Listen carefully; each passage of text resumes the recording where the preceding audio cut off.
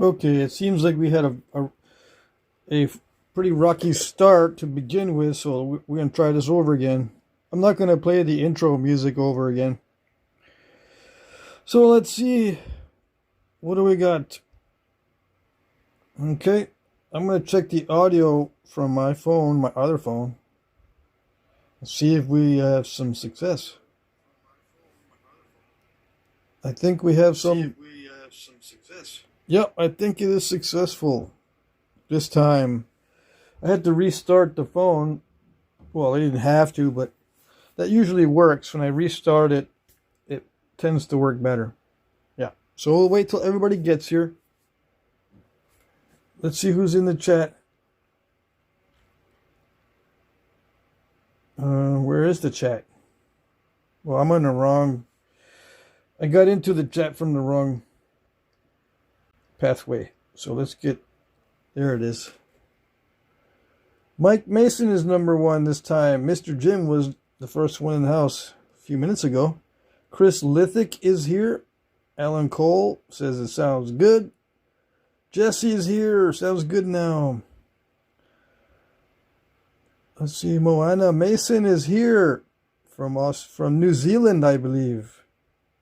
Mr. Jim says it sounds good. Okay. Graylin Landry is here. Tommy Taylor. Aaron is here.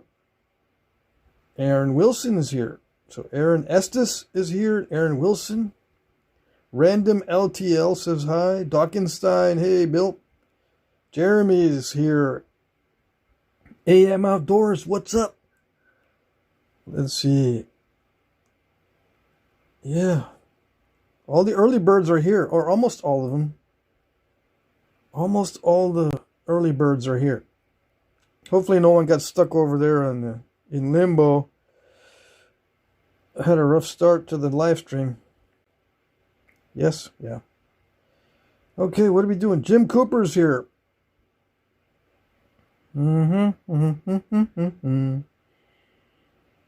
Bobby FD is $1.99 for audio repairs. Okay. Sam Folks is here. Obsidian tonight? No, these are all bottle bottoms. Yeah, it's bottle bottom night instead of slabs. I keep harping on bottle bottoms as excellent stuff, so I might as well nap some bifaces out of them. Eric Kitty is here. Meowdy. Okay, alright, so I've got... Who sent me these? I got stuff that someone sent me. Sparkling cider bottle bottoms. Yes, sparkling cider bottle bottoms work very well. I like these. I also like the bottled water. I can't remember the names. Peregrino. They're flatter than this with the fancy water.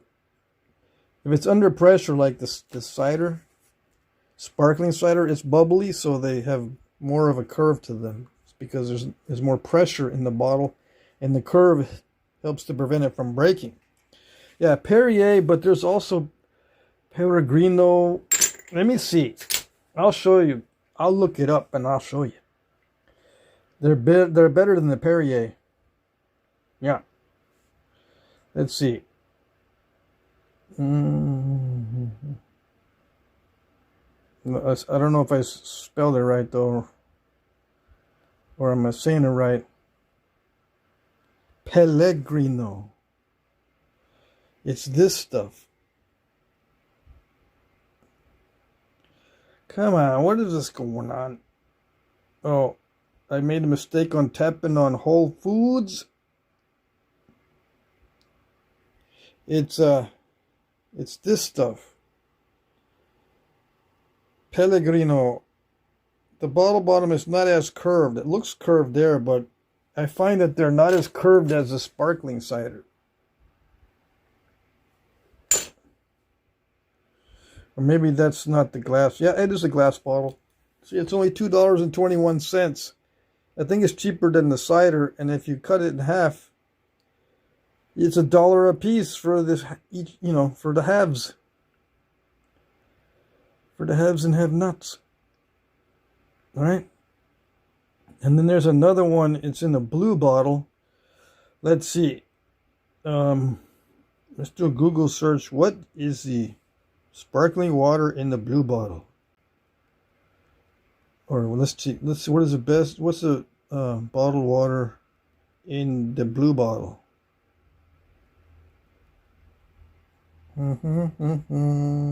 Chris Cox is here. Aaron Wilson. I said hi already. Who else? Who else? Pat, you ever heard of desert sage jasper? Does it nap? I don't. If I've heard of it, I forgot already. Yeah.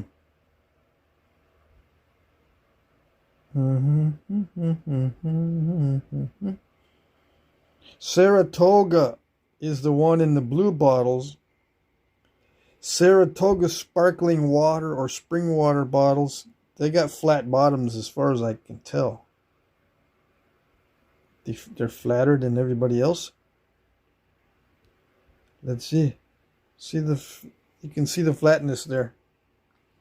So Pellegrino might actually be seltzer water and not just straight spring water. If it's just straight spring water and not bubbly, the bottoms are usually flat. Okay, that's the rule. Who else we got in the chat? What am I missing? Yep.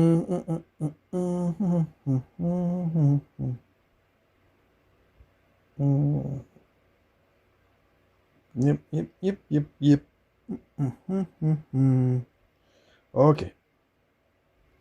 I posted some stuff. I'm trying to answer questions from another thing.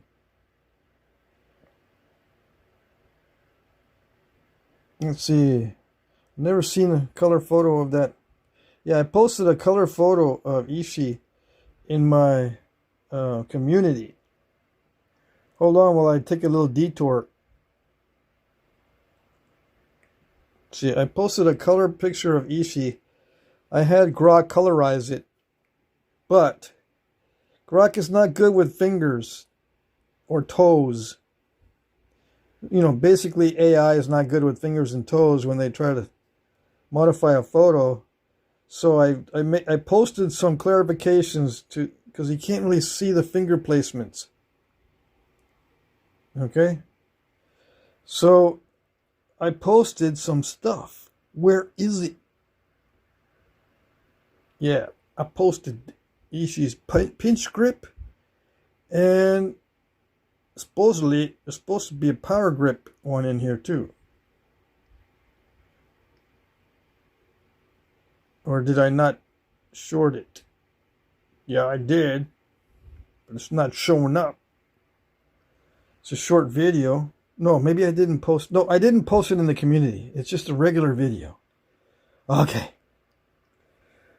One of these days I'll figure out how to get this straight. Shorts. Yeah, see, there's two different grips described in the Yahi archery book. This pinch grip and the power grip. Ishii says you need a lot of strength to do the pinch grip, and he used mainly the power grip with the middle finger over the thumbnail. Okay? So check them out. People are already checking these out. What else? Yeah, I'll be shooting some Ishii style stuff coming up. If I make the bows before winter, I mean, I've been making some bows. I just haven't posted anything yet because it takes me twice as long as if I had to prepare and post things. So I need to get those out the door as fast as possible.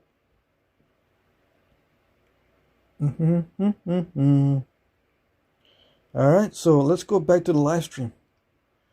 Where is it? There it is. Okay, who do we have in here? Mr. Jim, I saw stills of the power grip. Yeah. I also have a video. Mike Mason says I also love the glass napping. Stockenstein says, is that the cousin you keep trying to off? Who are you talking to? Scroll left, Patrick. Oh, scroll left for something else. Primitive Gentleman is here. What sort of poundage bow did Ishii use? It averaged 40 pounds. But he had one that was like 35 pounds and one that was almost 60 pounds. But his average was 40 pounds in pull. Somewhere between 40 and 45 pounds. And the draw was between 18 and 24 inches. They varied. But I guess his average draw was like 22, 23 inches or something like that. He would shoot smaller animals with a shorter draw on the same bow. He would shoot different animals with the same bow, but he'd use a shorter draw for smaller animals and a longer draw for bigger animals. Does that make sense? How long should I heat my Ohio flint, says Chris Lithic. Well, at least 1 hour. At least. I would not heat it for more than 4 hours. Okay? I always use 4 hours. But some people say, you need to soak it. You need to soak that rock for at least 24 hours, you know. Get that heating bill up. You know, you don't want to spend the money. You don't belong in this hobby. You know, there's some people like that, but I just say 4 hours. Let's see. Well, let's see. Chris Cox says, I was just this afternoon rewatching Clorox bottle video. Awesome. Leo Campbell says hi. Who else is here? Mihuato says hi. I don't know how to pronounce your name. Sorry about that. I'm finding the large square gallons of Sky vodka have thick flat sides along with the base that work very well. Well, I don't know. I haven't tried that, but if it's clear, I can pretty much vouch for the fact that it's not going to be that good. In my opinion. Let's see. Aaron Wilson, I did Strictly Obsidian for way too long just because there's a quarry 30 minutes away. It turned me off glass of any kind, knapping mostly agate and jasper now. Let's see. AM Outdoor says it's blue. What's blue? Marty's here. Where is he? Marty Wybe's here. Yep.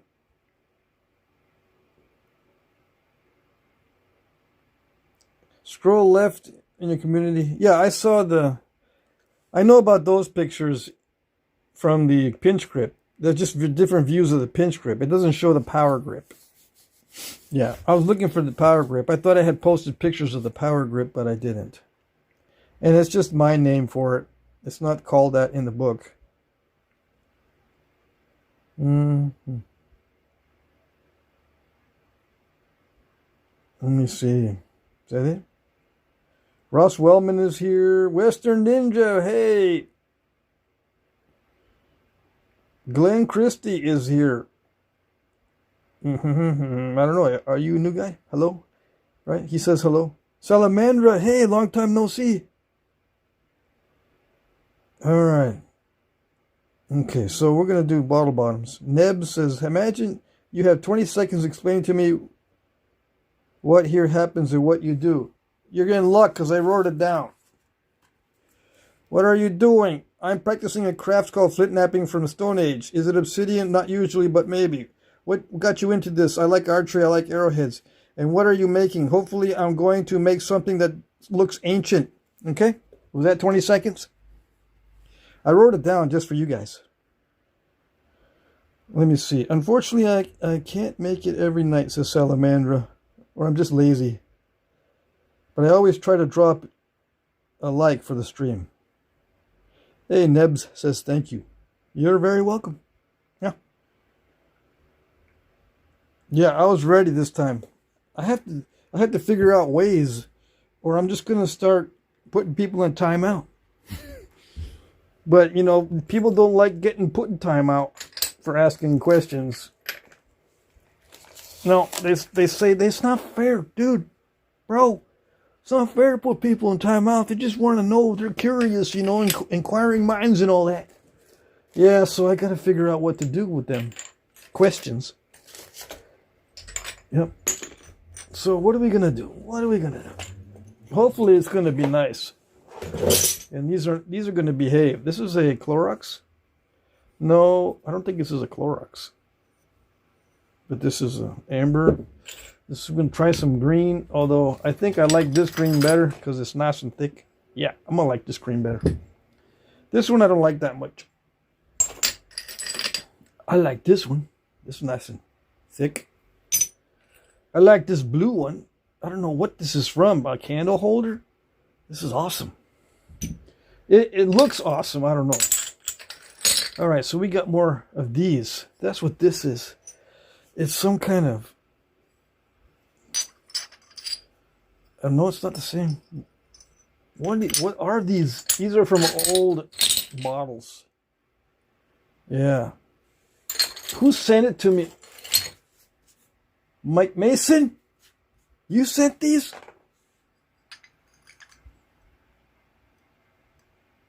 Yeah.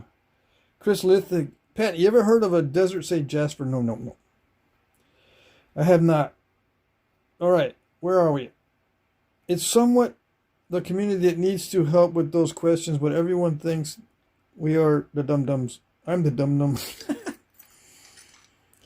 Yes, speed dating rehearsal. Marty. Let's see. That's some beautiful blue bottoms. Yeah. I actually wrote some stuff down. I'm going to start writing more answers down because, you know, it saves time. Brian. Okay, I wrote down who sent it. Brian sent these. Brian something. Brian and Ashley sent these old bottle bottoms. Mike Mason sent me some of these.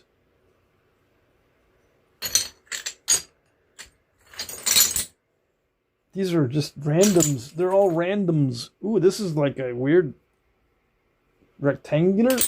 Dang it. All right, so we'll get one of these amber pieces. We're going to start. I don't need this. Right, we don't need that yet. So what do I do with these? Normally I try to cut these with a glass cutter. We'll see. After I trim this, we're going to try to cut it with a glass cutter to get equal proportions and don't have to work too hard at it. All right, let's see. Yeah, Mike Mason says, yes, sir. He sent me some of those. Okay, so the rectangular was a rum bottle. Oh, I see. Rum.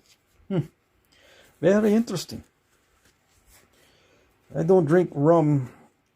There was a time where I tried everything and rum was not on the top of the list, that's for sure. Okay. Let me see. No, I'm not saying just to get you angry or nothing. I'm just saying. Alright, so what do we need to do? We need to get rid of these edges. These edges are nasty. Nasty. So, get rid of them. Yep. Ooh, we're going to fill the shop with glass. I can already tell this glass is very bouncy. Why not go the other way? I don't know. That's a good question. No, it doesn't work good that way. I can get a better angle on this side.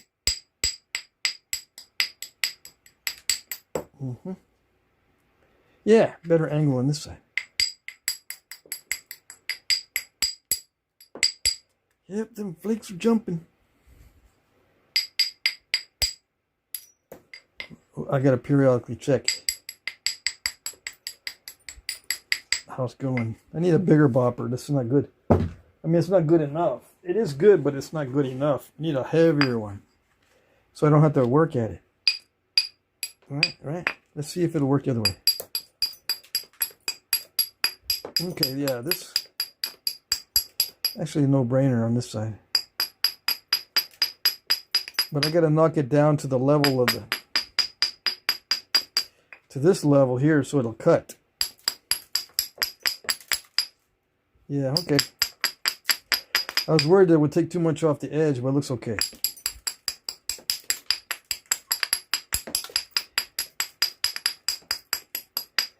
And gentle, gentle.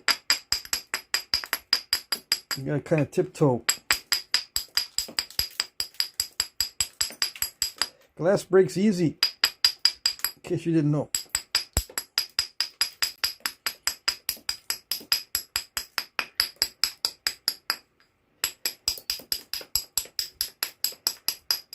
But see, I'm knapping some modern material, so it's not going to look ancient as well as some other stuff. Okay, this is modern glass. Oh yeah, I got my pointer today in the mail. I'm going to use this so much. I can point to stuff like, look, you can't judge a rock by its cover. There's such a thing as alien worm rocks. Oh yes. Poop glue culture, we're not part of that. It's for us to nap and you to find out is the question for everything else. I mean, the answer for all the other questions. Yeah.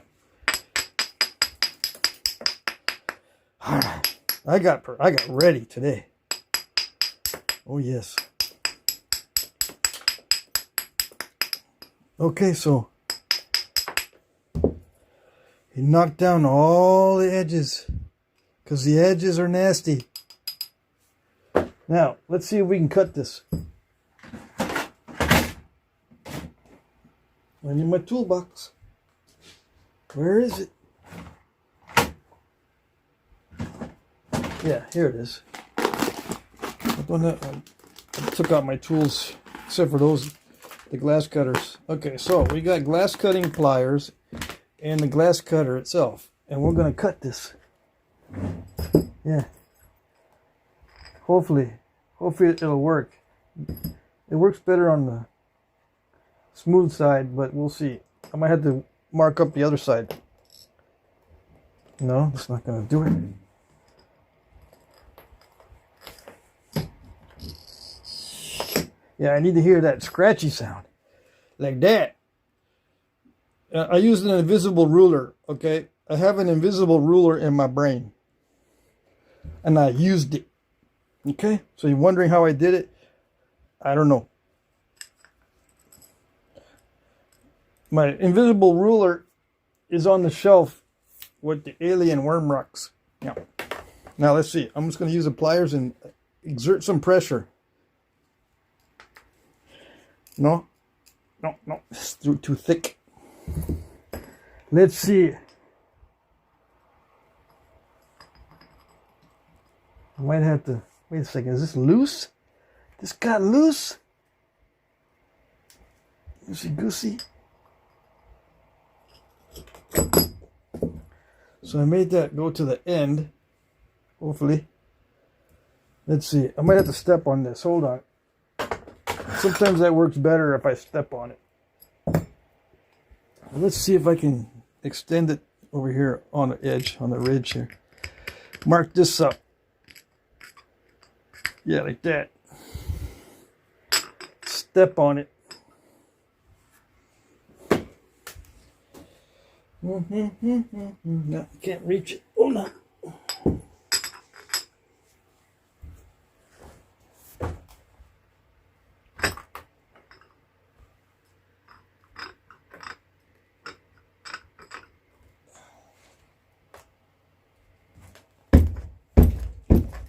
I'm gonna have to bang on it. Yeah. I don't know.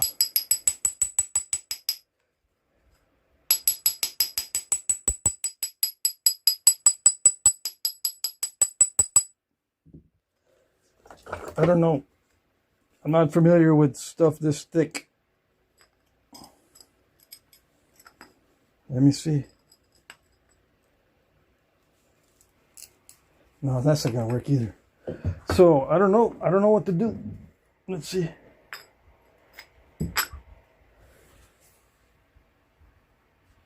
See if there's any suggestions in the comments. Use the heels. Yeah. Sal, how do I do this? Tap it from the bottom.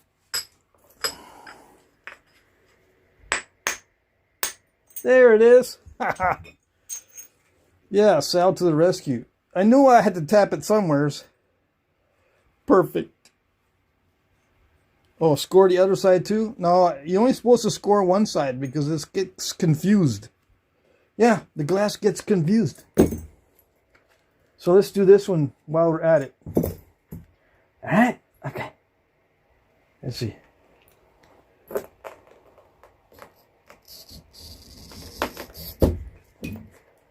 Okay. Okay. It's off center. Dang it.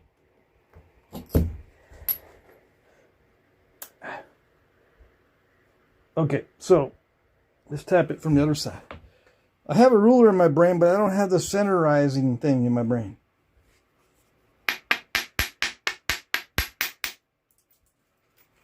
Yay, it did it. Beautiful. We make a little one and a bigger one. This one I already cut. Okay, so there we go. Now you know.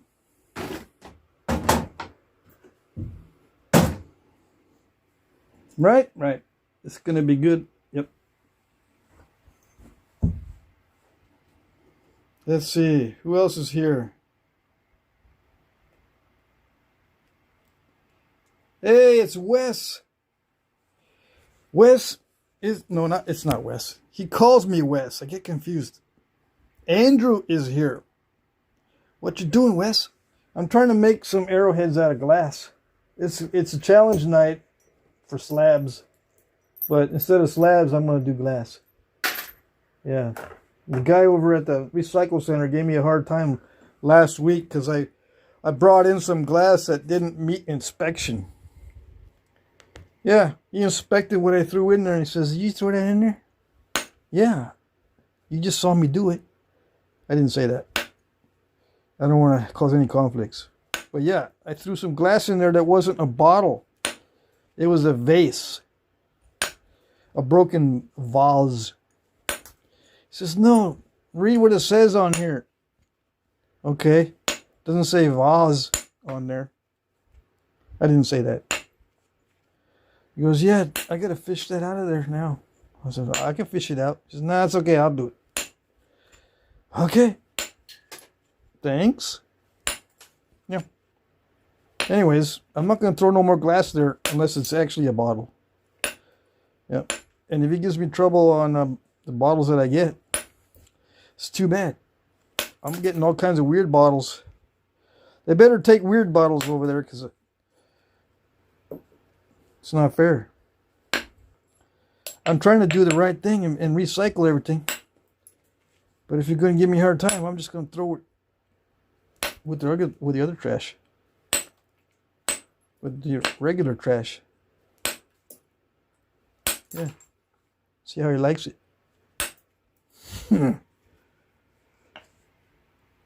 Let's see. Major Kramer, what you doing right now? Okay. What are you doing? I'm practicing a craft called Flintknapping from the Stone Age. Is it obsidian? Not usually, but maybe. It's not tonight, it's glass. What are you, how do you get into this? I like archery, I like arrowheads. And what are you making? Hopefully, I'm going to make something that looks ancient. Yeah.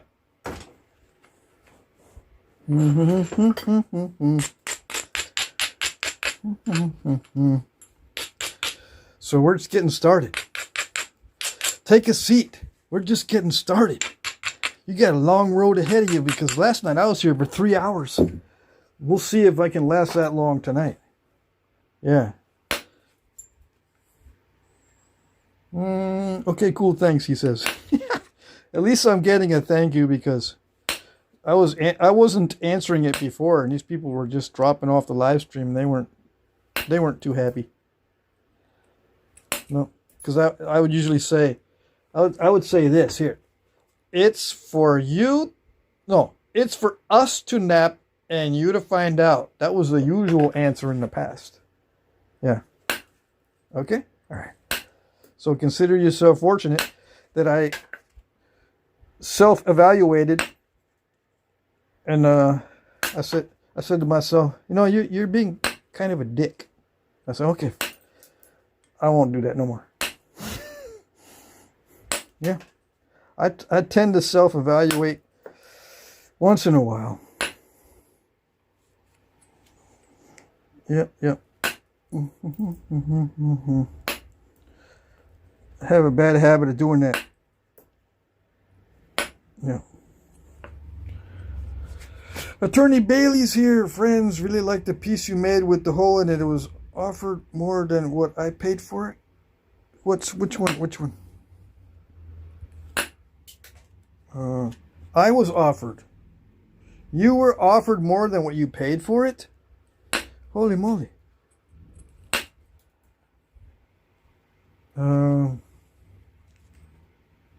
Super L Industries or something like that. What are you making? All right. What are you doing? I'm practicing a craft called Flintknapping from the Stone Age. Is it obsidian? No, but maybe. It's glass. What got you into this? I like archery and arrowheads. What are you making? Hopefully I'm going to make something that looks ancient. Yeah.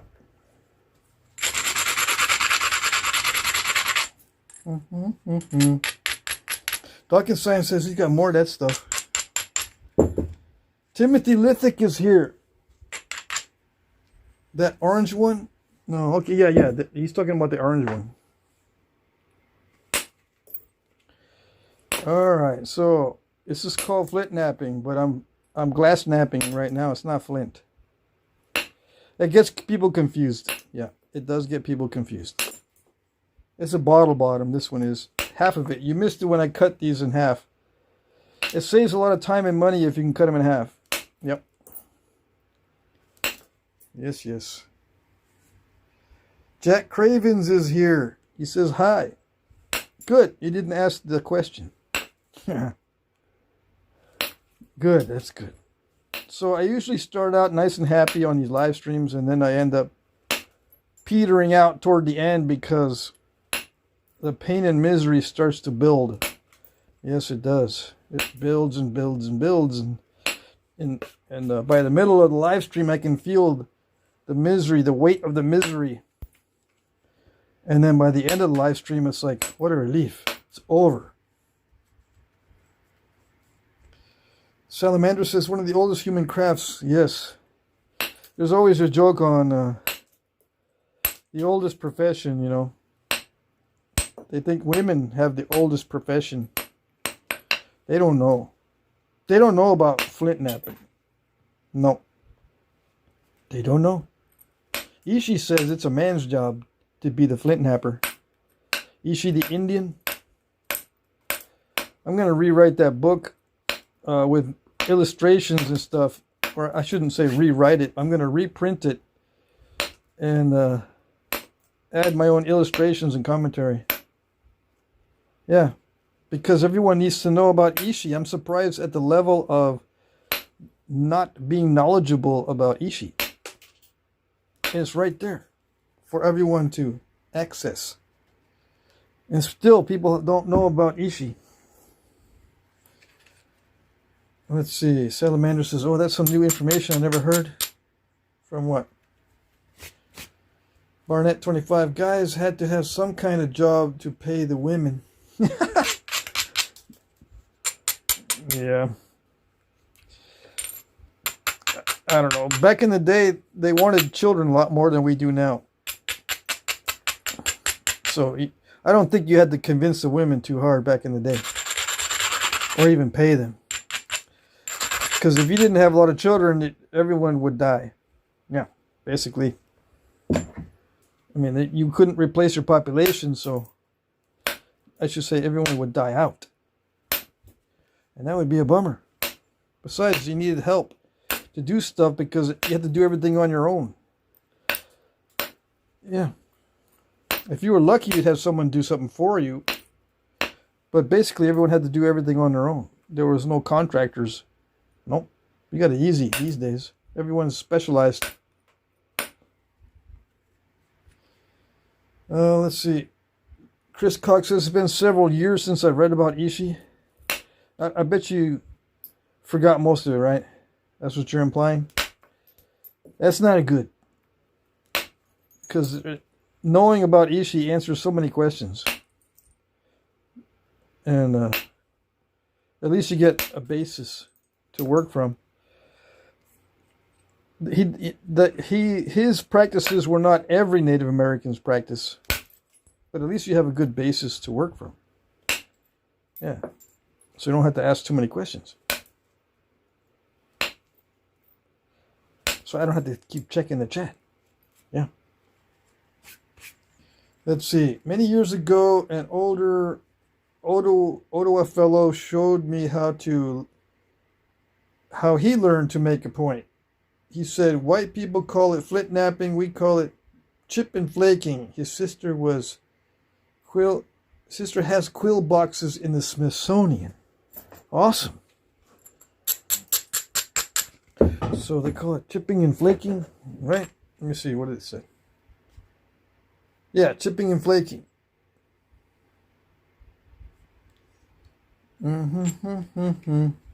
Matthew, from what kind of bottle? Looks like the bottom of a old school 7-Up.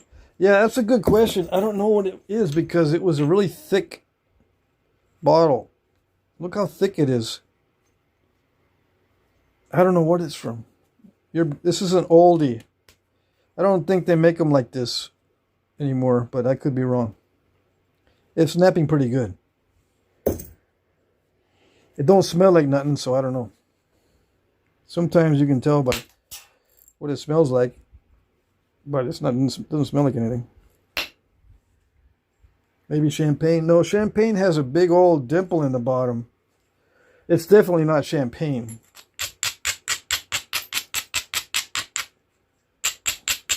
You guys, you've not napped bottle bottoms? You should know exactly what a champagne bottle bottom looks like.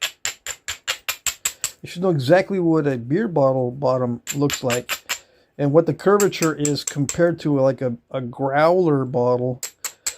Like what is it? A 12-ounce beer bottle or something compared to a 16-ounce, compared to a 32-ounce, compared to a 40-ounce. You guys should know all these bottle bottoms. Yeah. Be experts on this stuff. Barnett says, I want to use a wine bottle bottom so I can shoot around corners. I wish.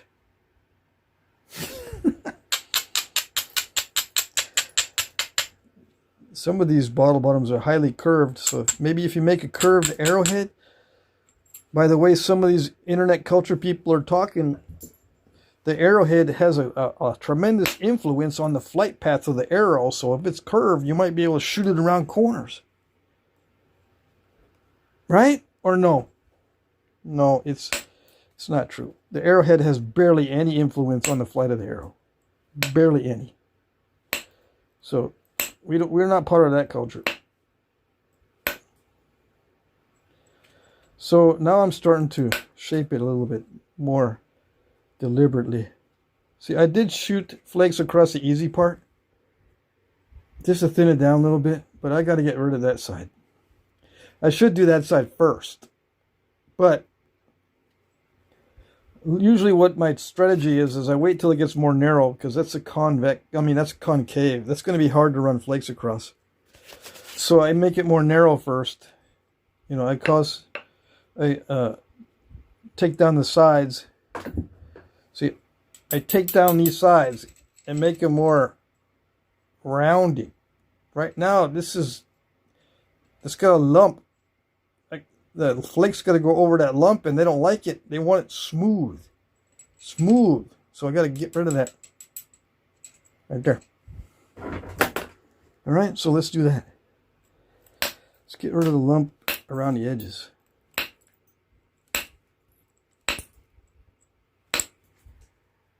Do they still make Mickeys? I'm sure they do, yes. I think I've seen them like a few months ago. I always walk by the cooler at my local store, so I think I've seen them in there.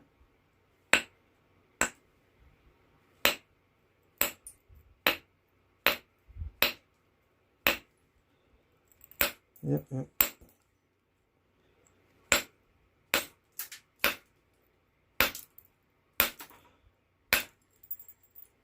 Is it more rounded now? It looks a little more rounded now. See that? It looks like it's more convex. That's the goal. Yes, it is. The goal is getting closer. Anubis Doberman is here. Yeah, the pointer. I get a kick out of those pointers too, so. We haven't had the question of why I grind the edges. Let's see, does anybody have a question on that? Let me buy it, says Gary. And I have auctions every Monday. Usually what I make on these live streams is available in the auctions. Somebody recently said, can you make me something and then show it on a video?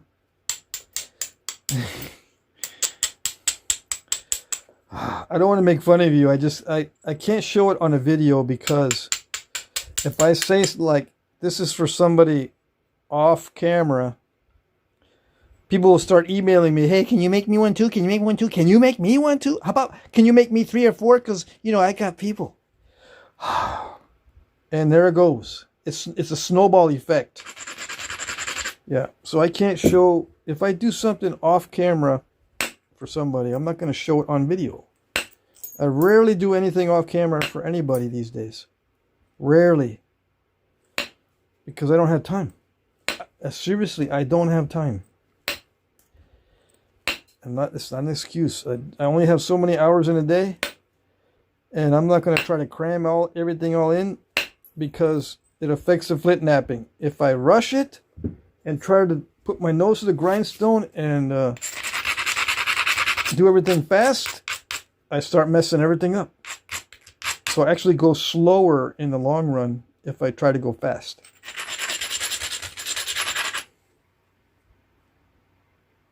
Yeah, don't say it's for anybody. No, I have to say that it's going to be available in the auction. That's what I got to say. Because that's what I usually do. I usually offer these things in my auction. And this will be available in the auction. If I make something for somebody, it won't be available in the auction, and they'll go, hey, he's making something on the side. Hold on a second. He's got his email as part of his profile. I need to email him and see what he can make, because I got people standing in line for stuff. Yeah, they don't just have one. They got people.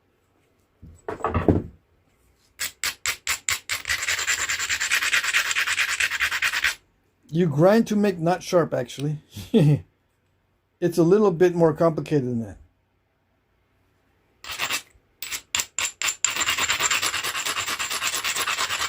Yeah. So you have, you assume that what I'm making on video is going to be available in the auction. That's, if you've been watching my channel for any length of time, that's what you are assuming. Yeah, and some people jump the gun and they say, hey, I'll give you that. You'll start off the auction on blah, blah, blah, with a certain amount on that. So, okay, we can do that, I suppose. Yeah, if you want to start off before the auction's even here on how much you want to offer for it, I can do that. It's just, you're not going to be able to get it for that price unless no one else bids on it. Then, if no one else bids on it, it's yours. Yep, for that price. So I can do that. So I'm not even explaining how to get rid of that. But you see this? See that? Hear that? That's the sound of pain and misery. That little spot right there I gotta get rid of it. This is the easy side. I got rid of it on here, but it's for some reason it got really thin there. I think I'll be able to skin that off. Yeah. The pointer. Is it kryptonite? It's not kryptonite. Is it uranium glass? No, it's not uranium glass. It came from this. It's the other half of this, whatever this is. Maybe you guys can analyze it. I don't know, take a screenshot and ask Google what it is. I should have I should have displayed it better. Do I have another one of these?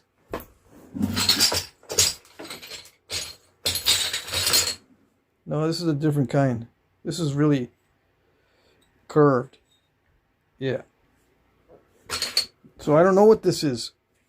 Yeah. It's a gift. I don't collect these. These bottles were a gift. Or bottle bottoms.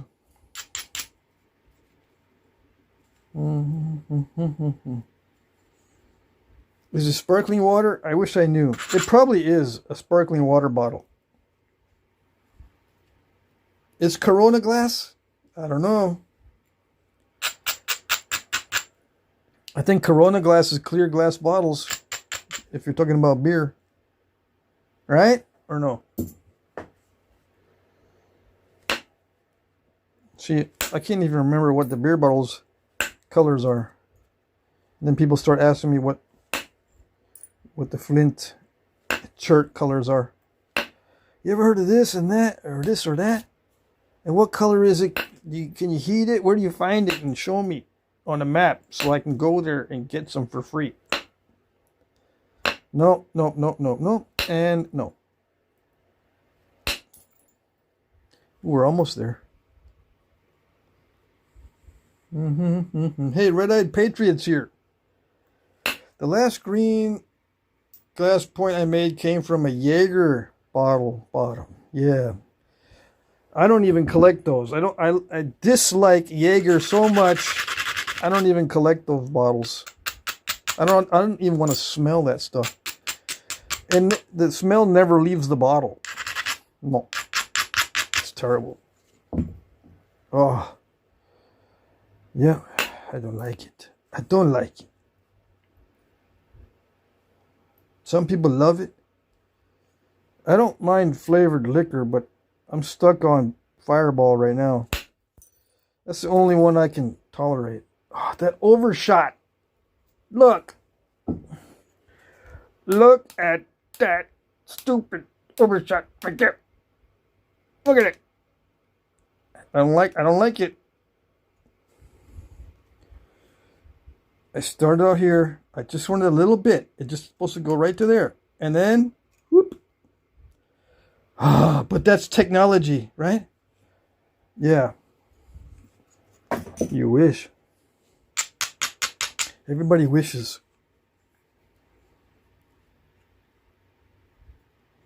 Salamander says, it's just glass, but if someone wanted to give him an emerald, I'm sure he'll take it. Yeah, I'll take it, and then they'll say, yeah, I lost it. What do you mean you lost it? Yeah, I don't know where it is. You mean you sold it? How did you know? I'm not going to nap no emerald, that's for sure. It's worth more in a solid piece. Yeah. It's worth a lot more than if I were to break it. And, you know, it would look kind of stupid because it would be in a, you know, only a partially finished state. I can't even sell it in a partially finished state. Yeah. That's the hazard of expensive materials for napping. It's got to be good or it's not worth anything. It's actually worth less than what you paid for the material.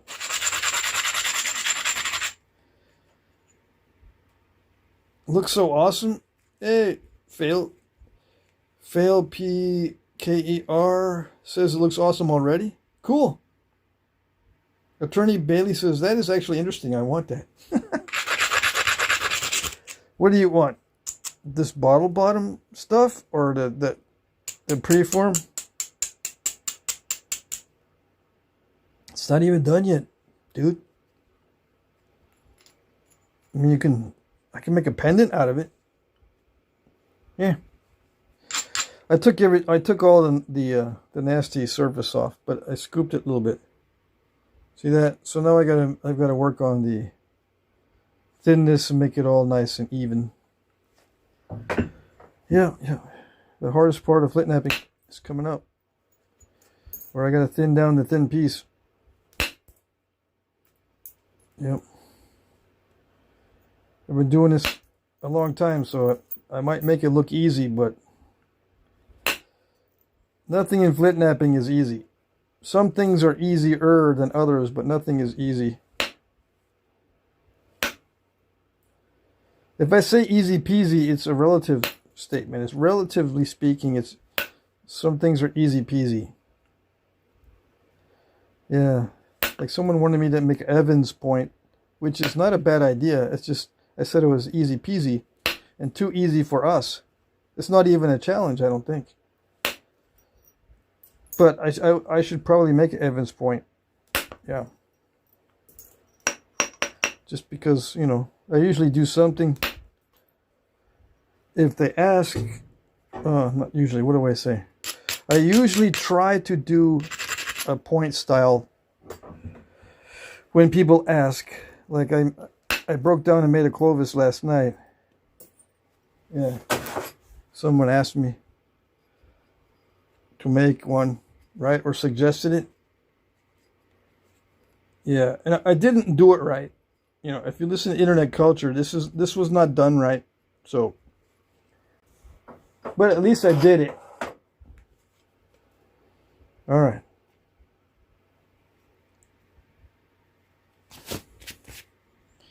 Let's see. Yeah, not the dreaded Clovis. Yeah, Sal says, not the dreaded Clovis. Yes, the dreaded Clovis. I actually made one last night. Yeah. According to how the artifacts look, not according to internet culture. So that gets people angry. That gets people highly emotional. I don't know what it is. Just like they don't read about Ishi. They don't read about artifacts. They don't know what Clovis is supposed to look like.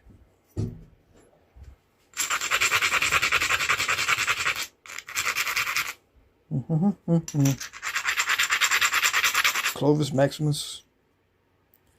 Madison says, I'm subbed. Awesome. Wowee, pretty green thing. Yeah, that's what it is.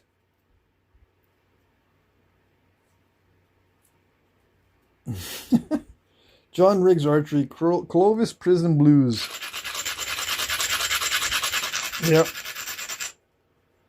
But it's actually the Folsom Prison. But I get the reference. Yep. Let's see.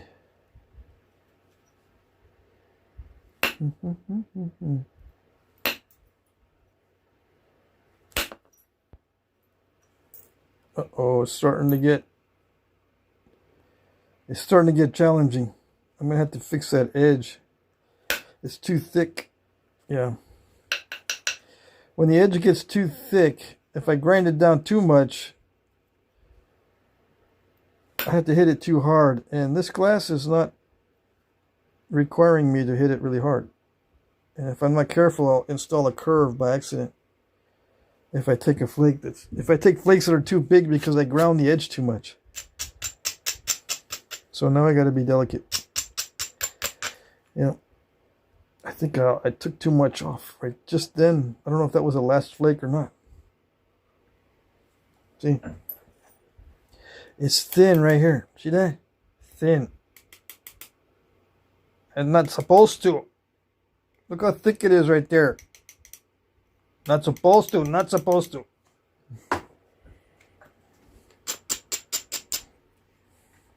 What are you making? Let's see. What are you making? Hopefully I'm going to make something that looks ancient. Yeah. Like an arrowhead. Or something like that.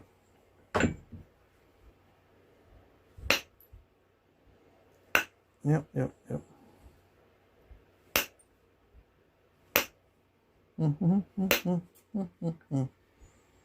He says, okay, all right. Let's see here. But see, I'm cheating because I'm using glass. But a lot of new guys, they need to start out with glass when they're knapping, because if you mess up with glass like this, it's you and not the material that messed up. It's you and your technique. And people don't like that because there's no plausible deniability. But I like it because there's no plausible deniability. Yeah. What's plausible deniability? Well, I think you can look that one up. Yeah. People are very familiar with that anyway. These days, with the political climate we have, everybody knows what plausible deniability is, because that's what everyone tries for anyway. Because it's the whole environment that we live in has been politicized.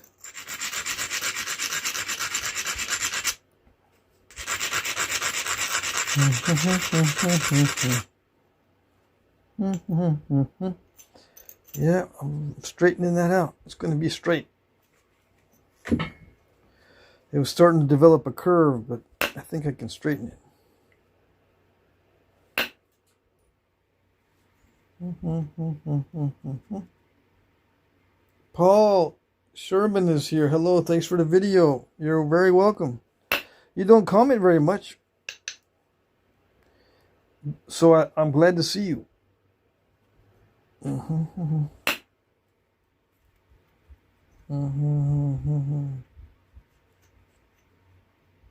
Yeah, nobody double tap the screen.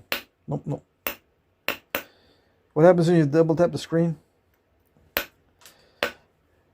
Well, you got to say there's no place like home before you do that. You'll be transported back to Kansas.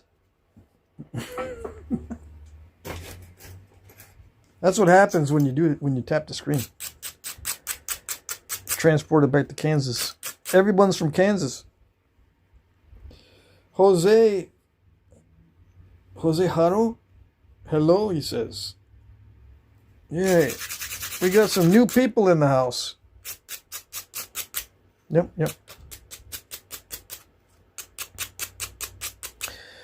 So let's see. Is it going? It's going okay. This is not bad. I'm thinking of putting this down so I can start napping this other stuff. Yeah. I think I'm out of the woods with this one. We're pretty much done with it as far as the preform, or at least I got it thinned enough to be a preform. I scooped it a little bit too much in some spots, but I think it's good. So we'll put that down and we'll start on another piece. All right, we'll put this back. Let's do one of these blue pieces. Yeah, break up the monotony a little bit. Because, you know, once you get it to a preform stage, it's just persnickety stuff after that. Very persnickety.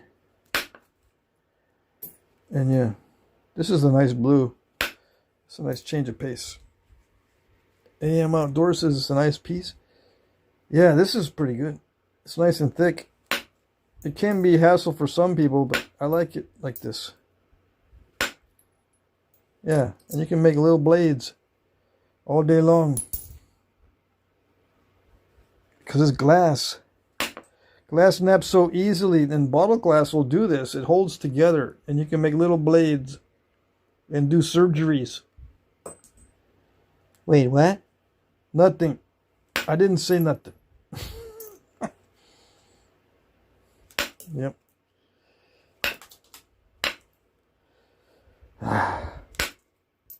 They used to do surgeries with these blades back in the day, in case you didn't know.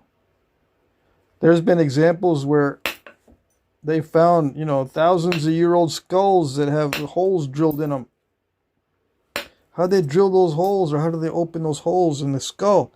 They took a sharp rock or sharp obsidian and just carved holes in the guy's skull because he was having seizures or going crazy or acting possessed or whatever. So yeah, they started surgery way back in the day. It's old stuff. Yep.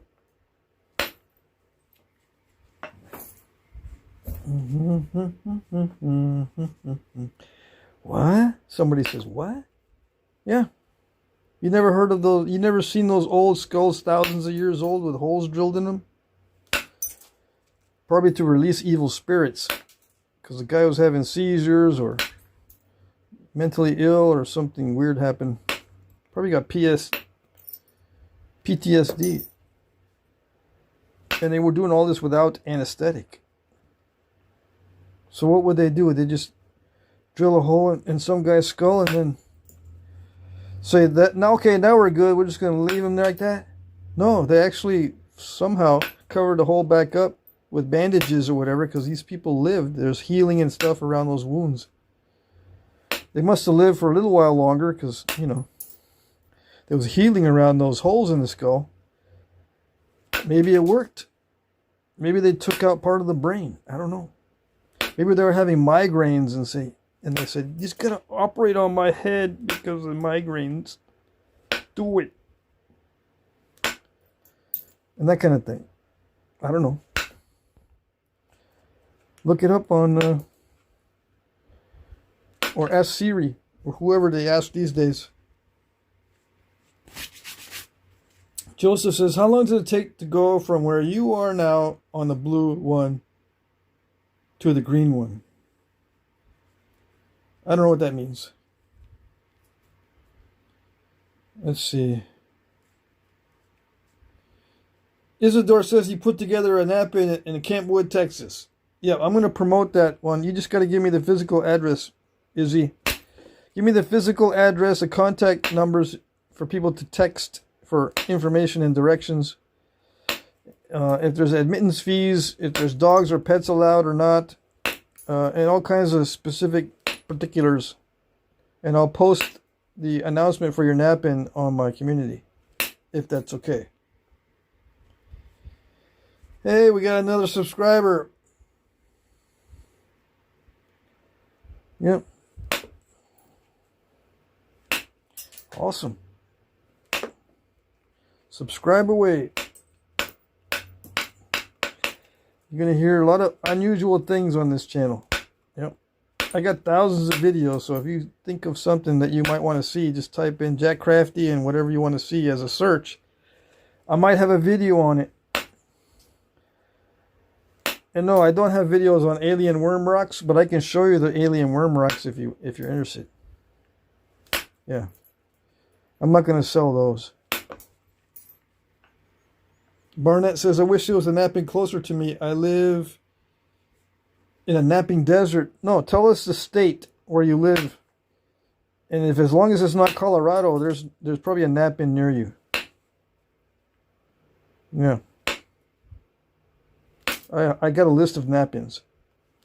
I have not been posting nap-ins from the list lately because it takes time to double check to make sure they hadn't canceled the nap-in and that sort of thing. Western West Virginia. Oh, there's nap-ins out there. You're not in the nap-in desert. There's dozens of nappers in West Virginia. Yeah. And you need to go south and find some of that Hopkinsville church. Or was that on the Kentucky side? It's probably on the Kentucky side. Anyways, there's church. There's rocks in West Virginia you can nap. They're not that good. Dang it, what's it called? It's gray or black, and it's North Carolina. There's nap-ins in Tennessee like you wouldn't believe, Mr. North Carolina. And there's dozens. I would say there are hundreds of nappers in the combined area of North Carolina, South Carolina, Tennessee, and Kentucky. Hundreds of nappers in that area. You're not in the desert. You just think you are. Same with you, Mr. West Virginia. Have you ever used snapping to make a glass or obsidian knife? Yes, I've used snapping to make glass or obsidian knives. Oh, yes. You should have seen the one I auctioned off last Monday. Go to my auction last Monday. You'll see a big old obsidian blade. Kanawha Church, Stoneface, thank you for the rescue. Kanawha Church is in West Virginia, and there's literally hundreds of thousands of tons of it. Not much good material native to North Carolina, though. Just some rhyolite crud stuff. Yeah. But you're not that far from good sources of Fort Payne chert. I can think of at least the Fort Payne. You just need to go to Tennessee, drive 3 hours into Tennessee, and look for Fort Payne chert and stuff like that. You're not that far away from good material. Maybe 6 hours at the most. You just need to get your hands on some Fort Payne chert. Start driving through Tennessee and stop at some truck stops, maybe they got some chert in the landscape rock. That sort of thing. Just pick up a few pieces so you get the idea of what it is. Don't be stealing their whole landscape. Where in Tennessee? Used to live in Madisonville, Tennessee. Well, I don't know exactly, and if I did, I wouldn't tell you because it would be gone before you got there. But there's lots of rocks in Tennessee. I get gift rocks from Tennessee. They got so much rock in Tennessee that's good for knapping. They send that stuff for free to me as gifts. And say, hey, I found this in the creek. You want to try it? Yes. I found some other stuff in my grandfather's house. You want to try it? Yes. I mean, there's tons of rocks in Tennessee.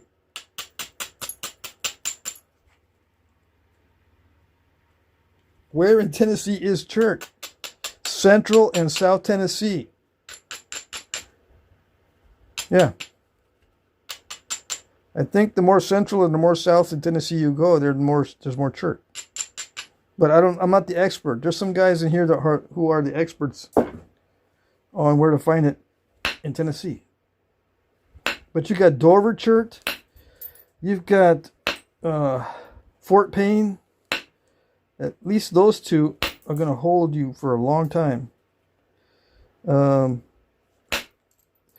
Western Tennessee, I think you're getting into the hornstones. How about New Mexico?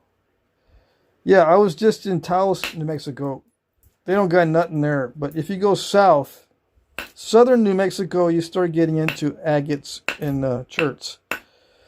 And in and around, let's see, central New Mexico, in and around Albuquerque, there's some cherts. And some, what they call chalcedony. You're not going to be able to find it for free. You have to go on Facebook or somewhere where people are selling stuff or talking about rocks from different areas. All right, you're not going to be able to find it on your own. You're going to have to go to a Knapping or have someone give you some stuff. If you try to look for it yourself, that's what you're probably thinking. That you can drive there and pick it up off the side of the road for free. Those days are gone. 20, maybe 30 years ago, you could do that. You can go, someone would tell you, okay, go to this highway, go past the town 8 miles, look to the left, there's a road cut, and you can load up hundreds of pounds of rock. Those days are gone because those rocks are gone now. Bill says, I'll find it, keep it for myself, then put it in the attic. Then when I'm old, I'll still have it. I think he's trolling us now. Yeah. That's what happens, though. New guys, they get into knapping and they find a good source and they get a bunch of it. They take it all and it's all now in their backyard for whatever, for landscaping, and maybe built a little fireplace. And then they don't knap it. And the ones that are knapping are dying for rocks, but these guys that never knap it have it in their backyards, and it's not doing anything. It's not doing anybody any good, and the rocks are sitting there laughing at us. You're making the rocks laugh at us by hoarding it. If you're gonna knap, make sure you actually knap what you pick up. Yeah. There's a saying, right? Some men are dying of thirst and some men are drowning. Yeah, that's the way it is in Flintknapping with materials. Some men never seen a good piece of chert, and some guys are drowning in it. They just can't get it off their property. They're begging for people to come out and take it off their property. Yeah, that's how it is.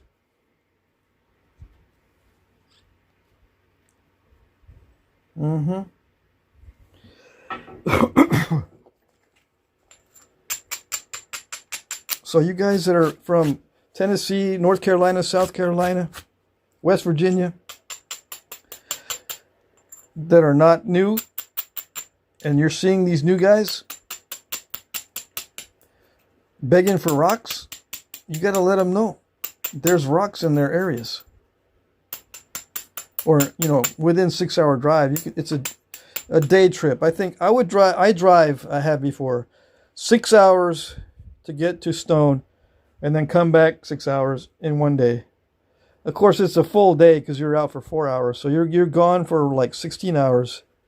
But still, a 6 hour drive, you can make it in one day and pick up rocks. And I'm talking about private property. If you know someone that's got rocks on their property, it's not that hard to find people like that just want those rocks gone. And there's, some of them are knappable rocks. That's what you need to do. If you're in North Carolina, you need to drive 6 hours. It'll be well worth your time. If you go to the Knapping in Tennessee in Chapmansboro, they have a pit. It's called a pit. That's got 3 feet of rock chips in it. That's just a pit. It's like a 10 by 20. 3 feet thick of rock chips of all kinds. Most of it's not that great. But they also have a rock pile a little ways down from the pit that is like 6 feet by 10 feet, a mound of rock chips that they've taken out of the pit, because the pit where we nap every year gets more and more chips and flakes. So they got to dig them out every once in a while and throw it in a big pile. There's at least one big pile.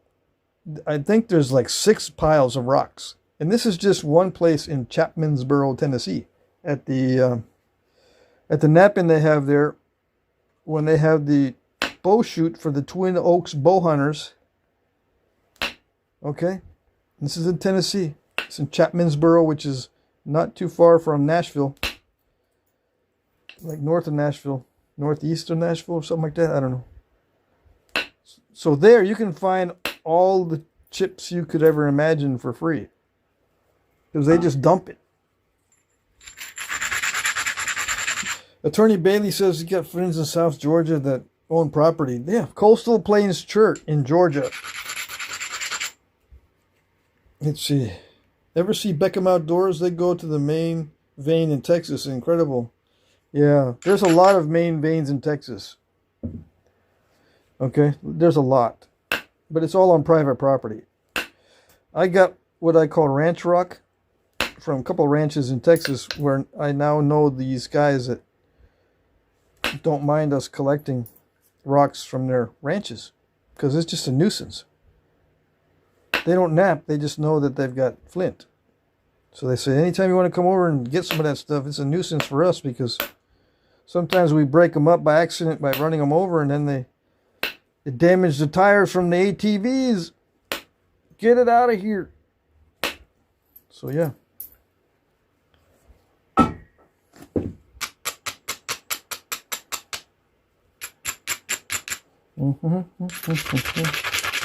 Yeah, a lot of these ranches now have exotic animals in Texas for hunting.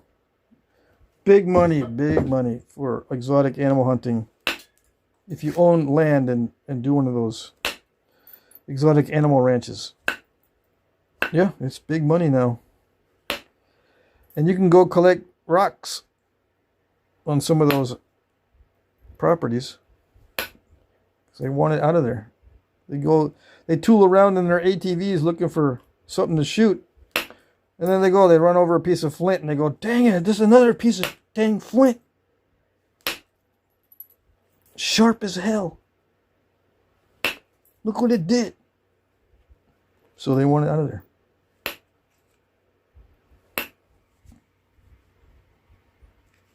Storage Solutions says he had ostriches growing up. Are you in Australia? There's internationals in the house. Jay Johnson says hi.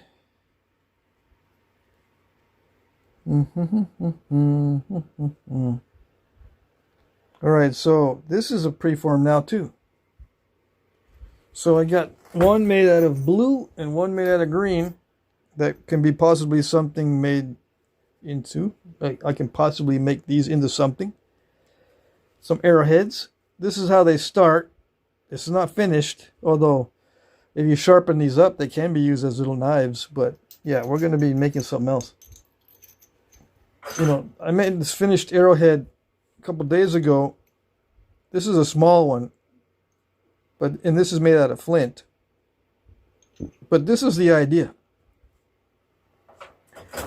And I made this one yesterday. That's another idea. And I made this blade like a week ago, and that's an idea. I put it in a handle. It's my own design, by the way. Then you have this kind of stuff. There's all kinds of different shapes and sizes of arrowheads and what they call projectile points, if you want to get fancy. Okay, so that's what I can make out of these. And I'm using glass because glass is good for beginners. I don't care what no one says. Let's see. Yeah, imagine having chert on your property and not caring at all. Yeah. I had a friend of mine, Leo, show me a picture of a pile of flint from a ranch where the guy hates the chert, hates the flint. And the pile had to be at least 30 yards long by 10 yards wide. Nothing but chert and flint that he picked up from his property over the years, or maybe a couple generations. And yeah, he says, "You're welcome to it." He's not going to do nothing with it. It was messing up his tractor equipment or whatever he was using to improve the land. Yeah, that stuff is hard. That stuff is not like regular limestone that breaks up easy. So yeah, Leo and I are going to go out there and check it out. Well, Leo's already been there, but I'm going to go there and check it out. And that's just one. There's dozens of places like that. Most people don't like chert and flint on their property. Yeah, Flintknapping is a very niche community. Very few people actually participate in it. Most people don't like rocks. Yeah. Especially sharp rocks. They hate them. Once they figure out what they got that on their property, they think it reduces the property value, and it probably does.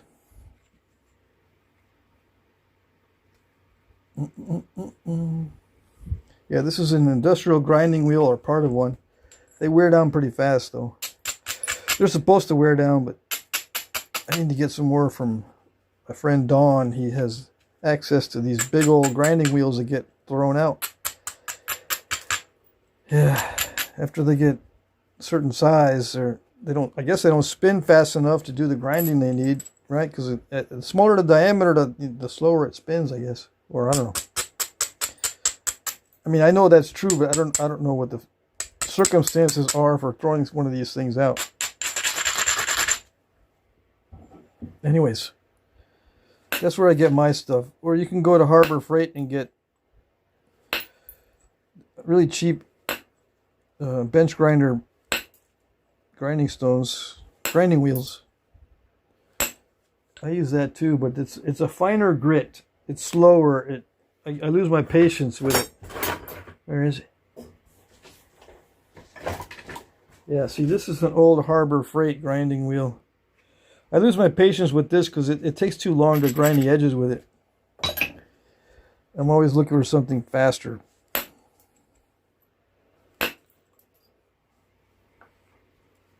Storage Salutations says, my place is all sludge, black gumbo, and clay. Coastal plains. Worth looking at Ozarks, northern Arkansas. Yeah. If you got clay, you can make stuff out of adobe. Or you can make your own adobe structures. Don't look at the clay like it's a burden. Yeah. Sal says, okay guys, I'm going to bed. Stay cool. Yep, you too. We'll see you later, Sal. Thanks for showing up. That was awesome.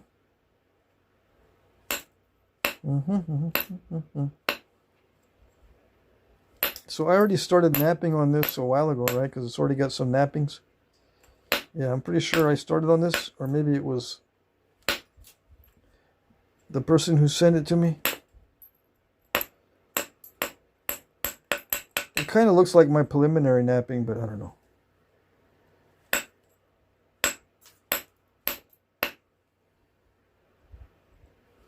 So I just take away the edges first, the square edges. Put in some reasonable edges. Yeah. I don't like napping off of square edges. Yeah, like that. See? Now they got a bunch of nice edge. Looks like a bad version of an obsidian blade. Yeah, this is just the beginning stages. It's supposed to look something like this when they're done with it, right? I made this, so yeah, this is supposed to look something like this. So I'm not done with this. And you know, it looks something like this too. I made this as well. So this is the goal, to get something that looks like this.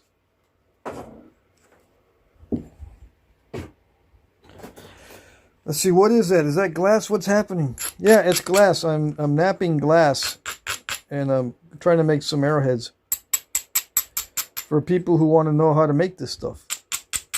The whole live stream is designed to show people the potential of these materials.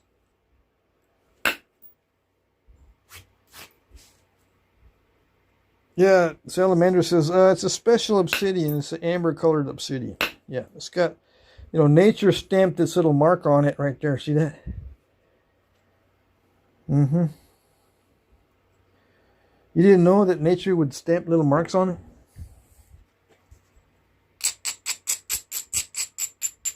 Storage Solution says, your finished ones are better than the ones I found while out hunting. See, there you go. Someone who knows.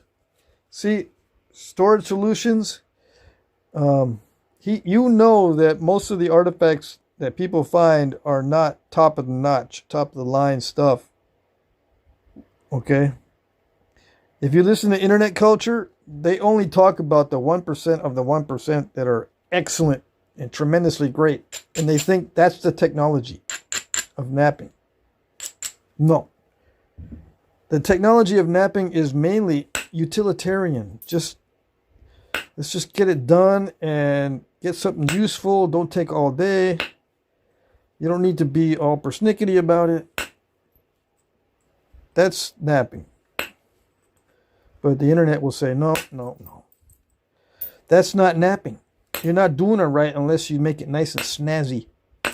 Yeah. When they, you know, they're talking about the small, very small percentage of the ones that are snazzy.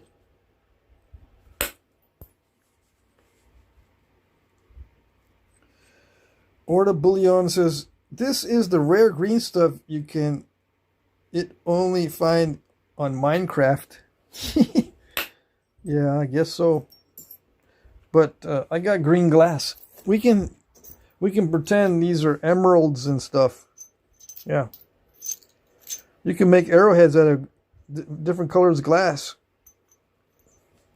And if you look on my channel, if you're observant, you can see I've made glass arrowheads before. How do you know that I've made glass arrowheads before, or arrowheads can be made from glass? If you look on my channel, see those up there? This is Jack Crafty Flintknapping. You're on my channel, right? See those up there? Let's see if I can see. No. But there's like amber, blue, and there's some, I think that sea glass there is kind of pinkish. And the green on the end. These two in the middle are sea glass. I don't know how to describe those colors. But yeah, back in the day, this is like a 12-year-old picture. I've been doing this a while. Yeah. And I learned some valuable lessons from glass. Yeah, toilets, TV, glass, etc. So you've been napping? Orta Bullion, you've been napping already? I suppose, because you sound like you are. Or sound like you have been.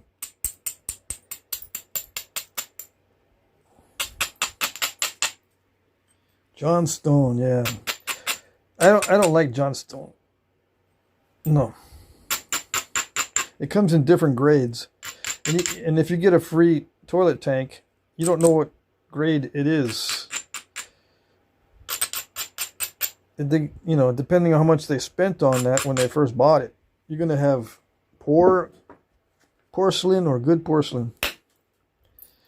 And it's very rare that you get a good porcelain toilet tank. It's usually cheapo stuff.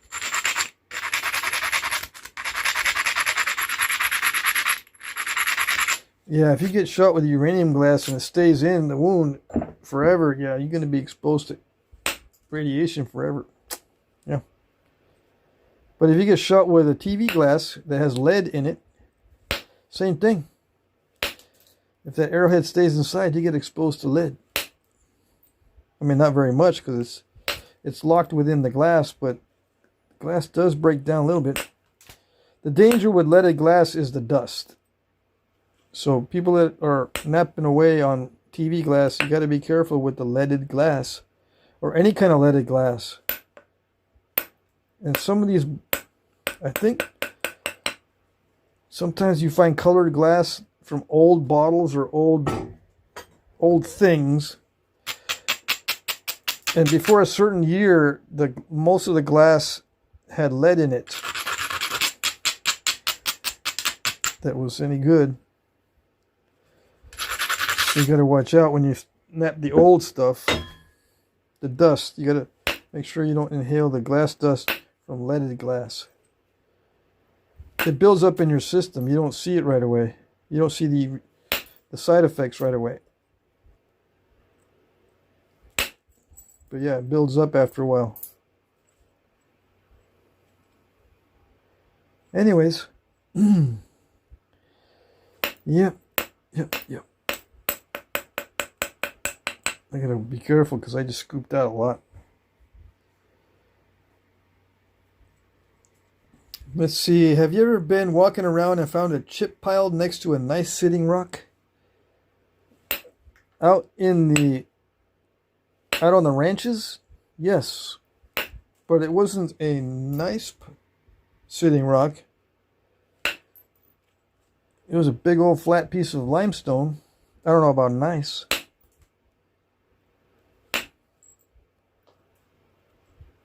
But that's the way you find them in Texas. Nice big old slabs of limestone. And sometimes nature deposited the limestone there, and sometimes these big blocks were moved by Native Americans. Debitage, yeah. Tell us a story while napping. Whilst napping? Oh, I can tell you're from the UK. I wish I could tell a story. Usually when I tell stories, it's because I'm making fun of some situation. Yeah. Yep. So, unless you want to hear that, I don't think you want to hear my stories.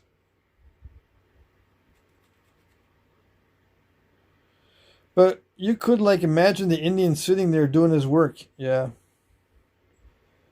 Yep. I went to a nap-in in Taos, New Mexico, and there were Indians sitting there napping. You need to go to nap-ins. Yeah. You think that's cool. Believe it or not, Native Americans still do Flintknapping. You don't have to imagine it. Okay? All right.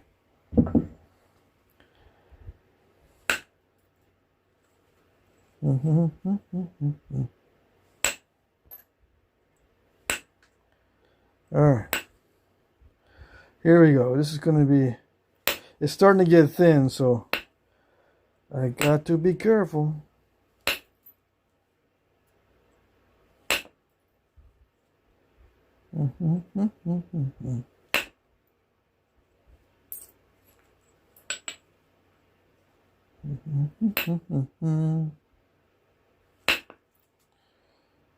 Okay. I need to grind down the edges more. Let's see. Salamandra, what are you writing? Some kind of Persian writing there?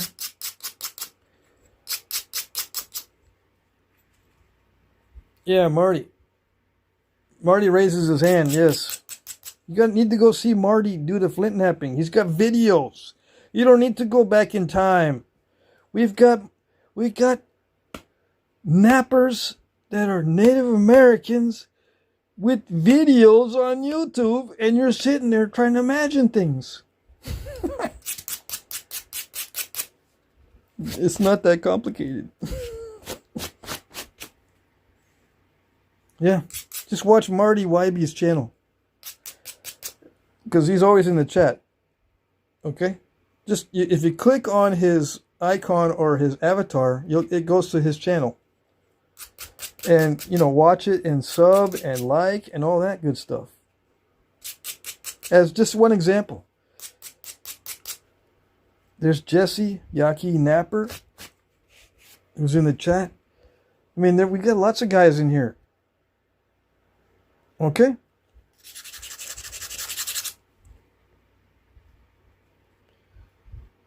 Let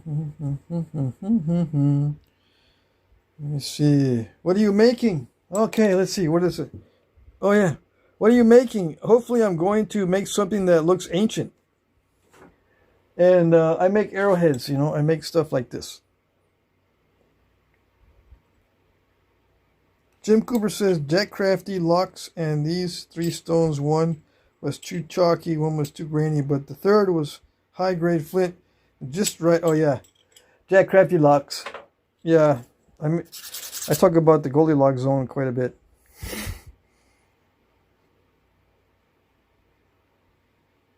Alan Cole says, we have a few notebook winners. Uh-oh. Who's giving away notebooks? Jesse Garcia's here. Hey. Awesome.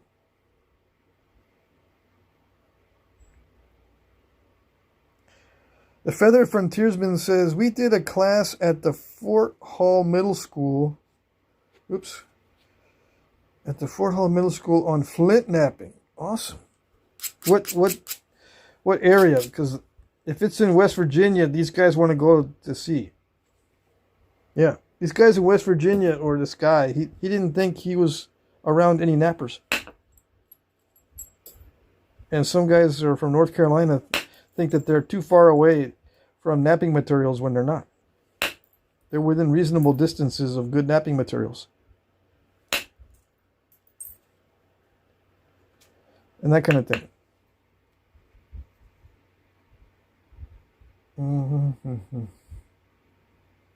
Somebody says, what? I'm lost? What are you lost about, Bill? Tell us what makes you fall into the realm of limbo.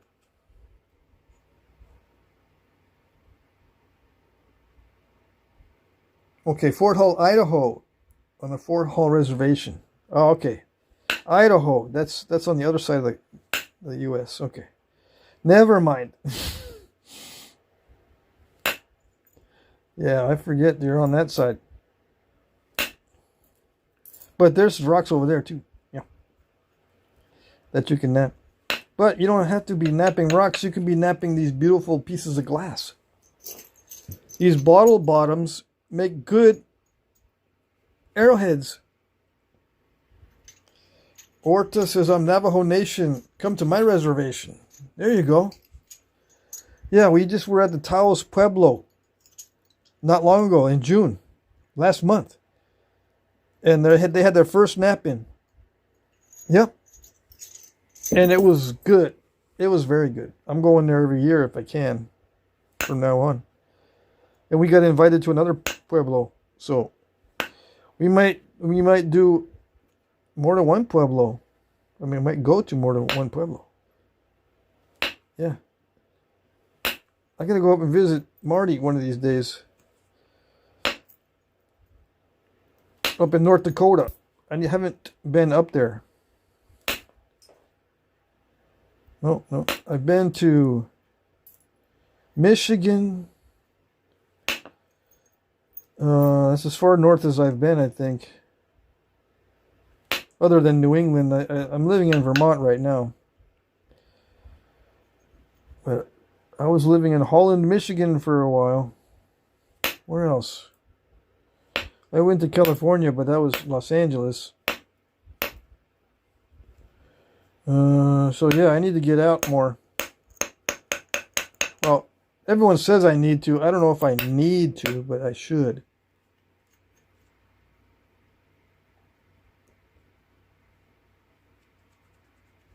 North Central Texas, yeah.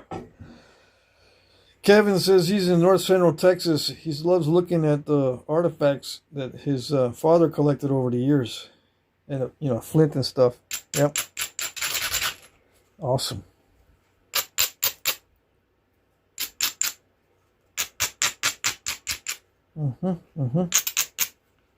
Very nice.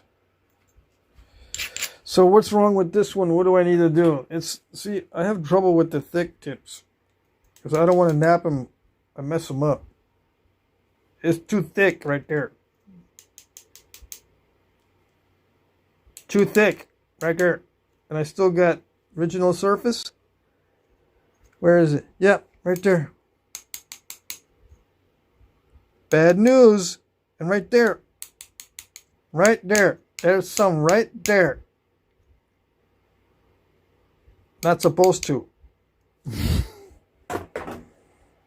So let me skin that off. What's original surface? You know, the original bottle surface. These are from bottles, this glass. You gotta get all that stuff off first before it starts looking like an arrowhead. Yeah. No, you shouldn't do it because, you know, if you leave on some of the bottle markings, it's cool. Yeah. No, it's not that cool. I don't think so. Mystery spot?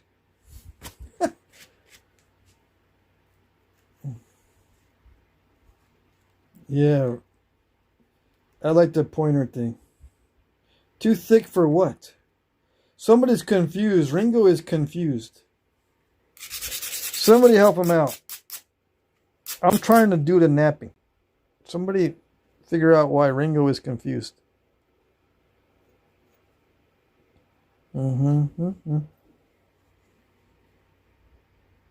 Yeah, just hit it really friggin' hard. That'll get it. Yeah, that's what I try to do. Except the rock doesn't like it when I do that. It starts to get ugly. Literally and figuratively. Yeah. It makes an ugly face.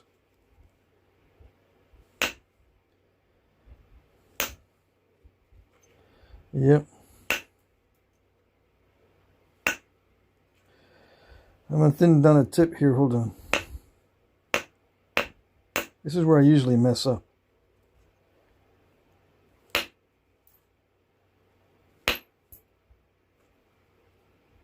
I think it's autism. Yeah. You know, with glass, you don't have plausible deniability. Because it's you, it's messing up. Right? So I know it's me that's messing up, but my plausible deniability is still there because I can blame it on the autism. Yeah. I score really good on autism tests. You should see me. It's amazing.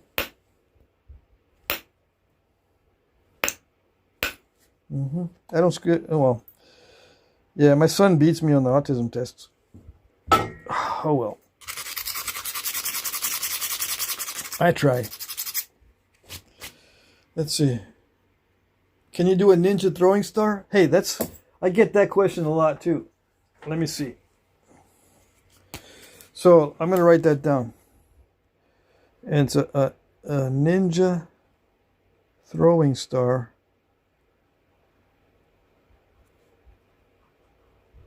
Question mark. Ninja throwing star? No. No. No. No. I don't like throwing these things because, well, I can make one that's decorative. It's a waste of time. Yeah. So no. I don't do ninja throwing stars. Wrong channel. Wait, there's a channel for that? You wish. Little Big Stinker says sending love from Tel Aviv. Is there still love over there? Because, you know, if you listen to the media, you would think that it's all doom and gloom. But I'm glad there is love there. Oh yes. Thank you very much. Trifacial points?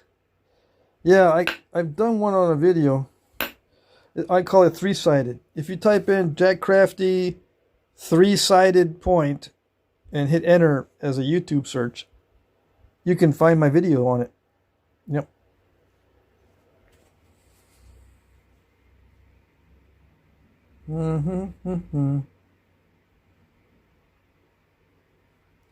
Let me see, trifacial points. Isidore wants me to do a trifacial. Let's see. Can you do a glass tomahawk, you turd burglar? I can do one. You probably want me to actually do one. I don't want to actually do one because not only is a tomahawk a make-believe item, a glass tomahawk's even worse. Now, there are tomahawks made of metal back in the day that were traded to the Indians, and they did use them as weapons. But stone or glass tomahawks were non-existent. Unless you're playing some kind of video game and you got the idea from that.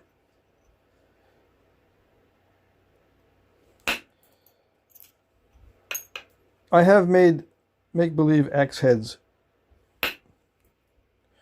And I've sold a couple in the auctions. The Feathered Frontiersman said, how long has it been since you made a nice wide and deep Gunther? Oh, it's been ages. What about a glass bayonet to mount on a gun? Wuss.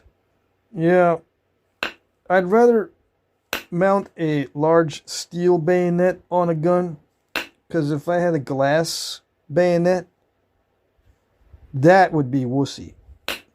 Yeah. What are you going to do with that? Yeah, I'd have people calling me gay and everything. Not that they don't already do that. Can you imagine?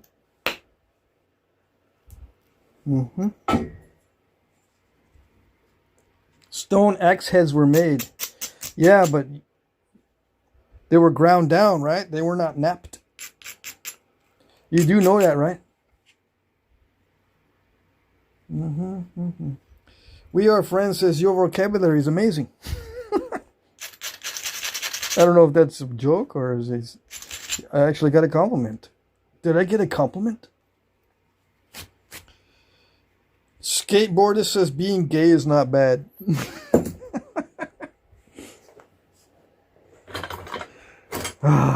So funny.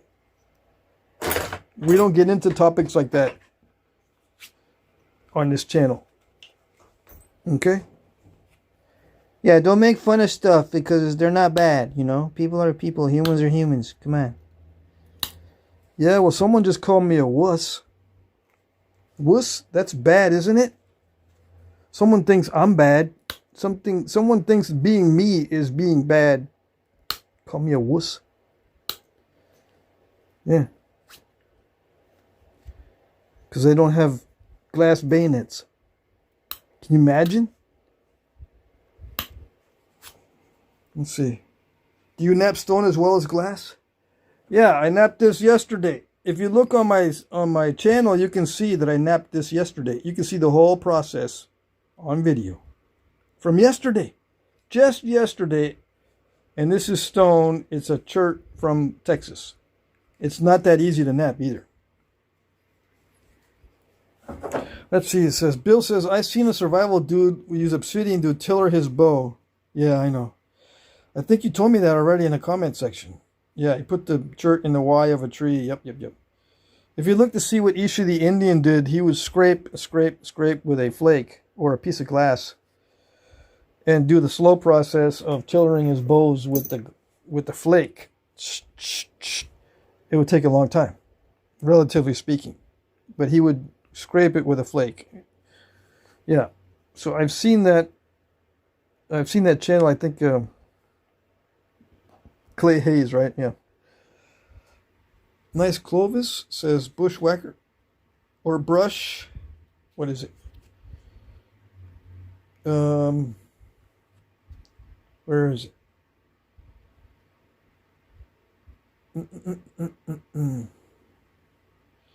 Let me see. Salamander says, if being you means you hurt others, that's bad. You're bad for that. Does others include animals? Let me see. Because if so, then I'm very bad. I've gone hunting. Oh, yes. I've got some huntings under my belt. Yep. I hurt some others. No, that doesn't count. Uh-oh. Now we're starting to get into the territory so that we shouldn't be getting into.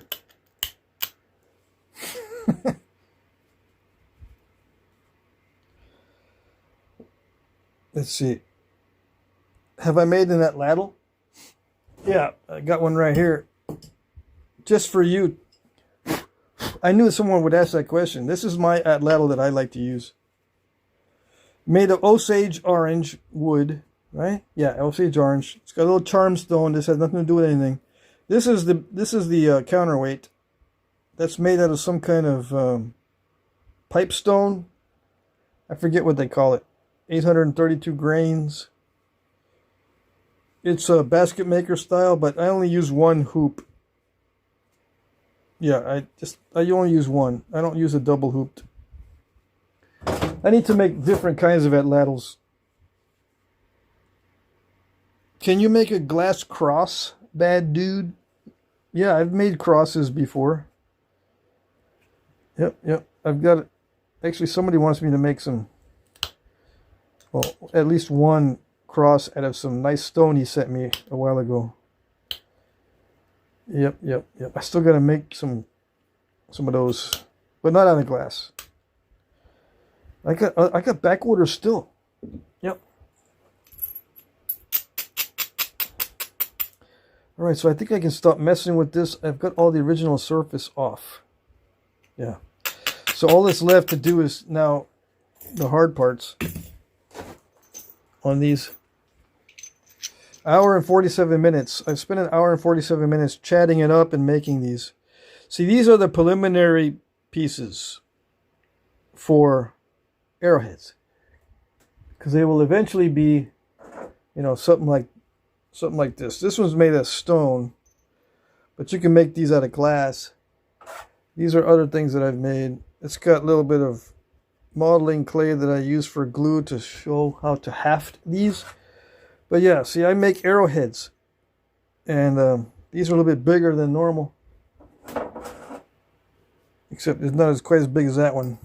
But yeah, I use these to make arrowheads. I also recommend glass for beginners to learn knapping, because you can get this for free. These are bottle bottoms. I got a bunch. I got bottle bottoms that I'm saving up just for videos like this.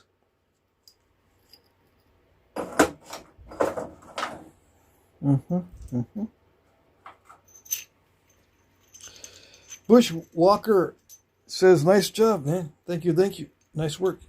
A glass boomerang?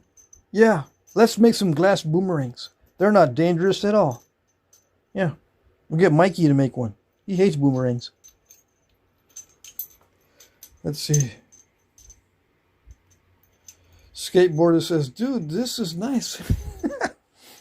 Yeah, it beats those other live streams where people are cooking street food in Indonesia, right? Or no? If I start scrolling through my live streams, there's at least one of the live streams that is somebody dressed up as a clown. Yeah, or something like that. Oh, I used to doom scroll all the live streams that were popping up in my feed. But man, I've seen some weird stuff on the weird side of YouTube, and I don't do that no more. No. Stuff's crazy. Yeah, this is a family channel. Who is... Uh-oh. Who is... Oh, I see. Yeah, the F word was used. Yeah, some of those live streams are weird. Every third live stream, I don't know if it's just me, but every time I go through the live streams on a doom scrolling session, every third one is something extremely weird. You'll find the usual ones of guys cutting lumber, right, and cutting items and working in factories, but most of them are cutting wood through sawmills and stuff. I get the sawmills. I get the guys making aluminum pots and pans, and I don't know, refurbishing engines. That they show, these live streams of people just working in factories in India with dirt floors and no safety equipment, no masks on or nothing, and they're just sawing away and the dust is everywhere. And then you get the other side of YouTube where there are people in clown masks, there are druggies on the street filming themselves. They got protests, live protests, but yada, yada, yada. So I said, no, this is enough. That was enough. I think I scrolled through just out of curiosity. Oh, and they got these games where people are just solving puzzles. And there's like thousands of views on someone just solving a puzzle. And what do I got? 113 views? Yeah.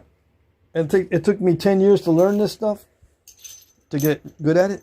I've been doing this since 2011 on YouTube. Yeah. It kind of makes me feel insignificant. Yeah. No, it doesn't matter. I don't do this for the attention. No, I don't like attention. No. I live by myself. I'm a hermit now. My kids are grown up. I am divorced. My wife is having a good old time going on vacation every day. My ex-wife is always on vacation. She gets to spend all her money the way she wants to. I get to spend all my money the way I want to. Life is good. So I don't need to doom scroll no more. And I can do Flintknapping if I want. And I don't care. Nope. So what am I doing? Am I cleaning this up? Yeah, I'm going to call it quits, guys. I'm going to answer questions and stuff. I need to empty out my shoe because I feel the glass in my shoe. Okay, so think up some questions if you so desire. I will start to answer questions if you have any about the Flintknapping and whatever. Someone's going to ask me, yeah, what is the strangest stuff on the YouTubes that you've ever seen? I mean, come on, just tell us, because, obviously you're an old fogey. You must have seen everything. Yeah, I've seen it all. I haven't seen it all, but I've seen quite a bit. I've been on the internet since 1995. Yes, I've seen the whole transition. I've seen the transition from dial-up phones that you to the phones we got now. We walk around with computers now, and they call them phones. Yeah, we got supercomputers in our pockets nowadays. I've seen it when the walkie-talkie was like so awesome, and I could talk to the guy 4 houses down. Yeah, it's so awesome in real time. Yeah, and believe it or not, I made that thing where you have 2 cans and a string in between the can, and you pull the string tight, and you can kind of hear what's going on when you talk into the can.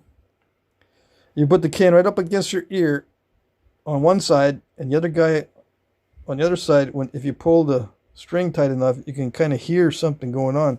You can't really hear what he's saying, right? It's a fairy tale, but at least it was interesting. Anyway, I'm emptying out my boot, and sure enough, there was some glass in there. Also, got to watch out with glass. If I don't do this, I'll forget. Let's see, what else we got in the chat? My accent sounds distinct. Yeah? Which one? When I do a silly voice or when I do my normal voice? Because I don't know if I have a normal voice. I grew up speaking Spanish. I lost that completely. I can still pronounce things in Spanish if I think about it, but I lost all the words. I spent most of my time in New Hampshire when I was a kid, but we moved to Texas when I was about 21. And then I spent 30 years there, 35 years. I got married there. All my kids are from Texas. They were born there. And now that I'm divorced, I moved back up to my dad's old house. He passed away, and now I have his little house in Vermont. So that's where I am now. So my accent's from everywhere.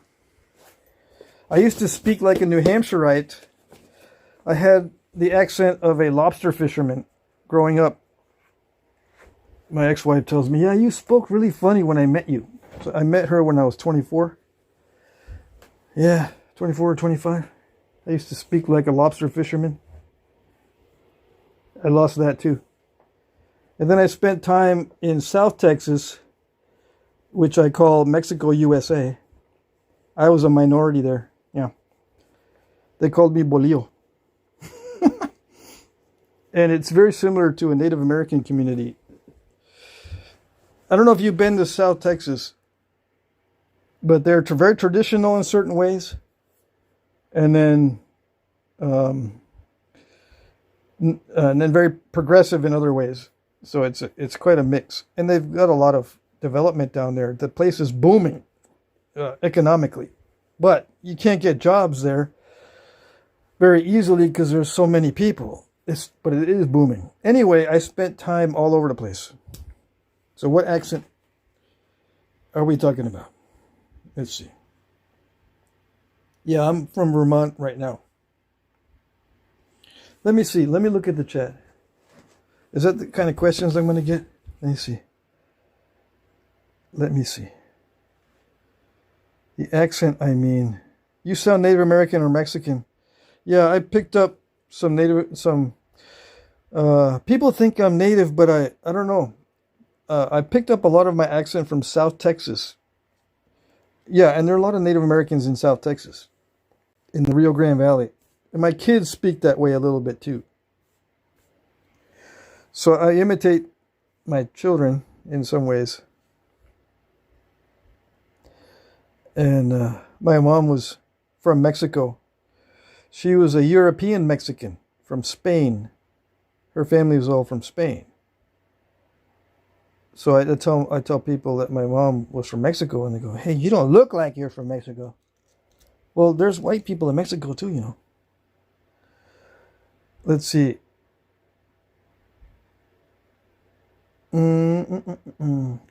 Clark says, I'd love to visit Texas. I'm in Chicago. Yeah, it's good this time of year if you like the heat. Clark says, aliens are real. Salamander says, oh man, I'm sorry about your dad, Pat. I knew you were taking care of him for a while. Yeah, he passed away in 2024, December 2024. So it'll be like a year, right? No, 2 years coming up in December. Yeah, after my stepmom died, it didn't take him very long to pass away also. They say that within 2 years of losing your partner, long-term partner, you pass away also. So she passed away of a sudden illness and a head injury. And that he followed shortly after. All right, let's see what we got here. Jim Cooper says, how many bifaces would it take to shingle a doghouse? Well, with the size of dogs that I have, it probably won't take as much as most people's dogs.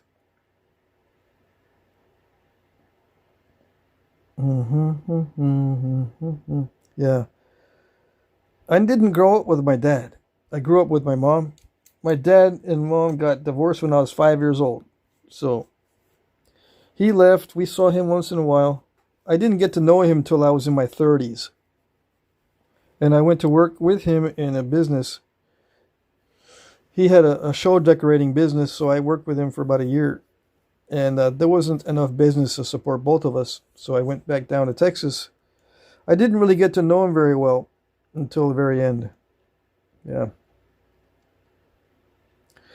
We are friends. Keep scrolling up and answer my question. Okay, we are friends. Where is the question? Let me see. One life-changing experience you haven't done in life but would like to experience at least once. Life-changing experience. Okay, I'm going to think about what would change my life. What kind of experience would be a life-changing experience that I would like to find a buried treasure at least once in my life. Yeah. Go metal detecting. I mean, talking about real treasure. Go metal detecting and then find a stash of gold coins. I'd like to do that at least once in my life. Yeah. Mm-hmm. Let me see.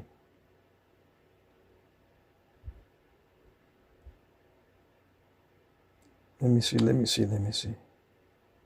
Because, I mean, I've been married. I served in the military.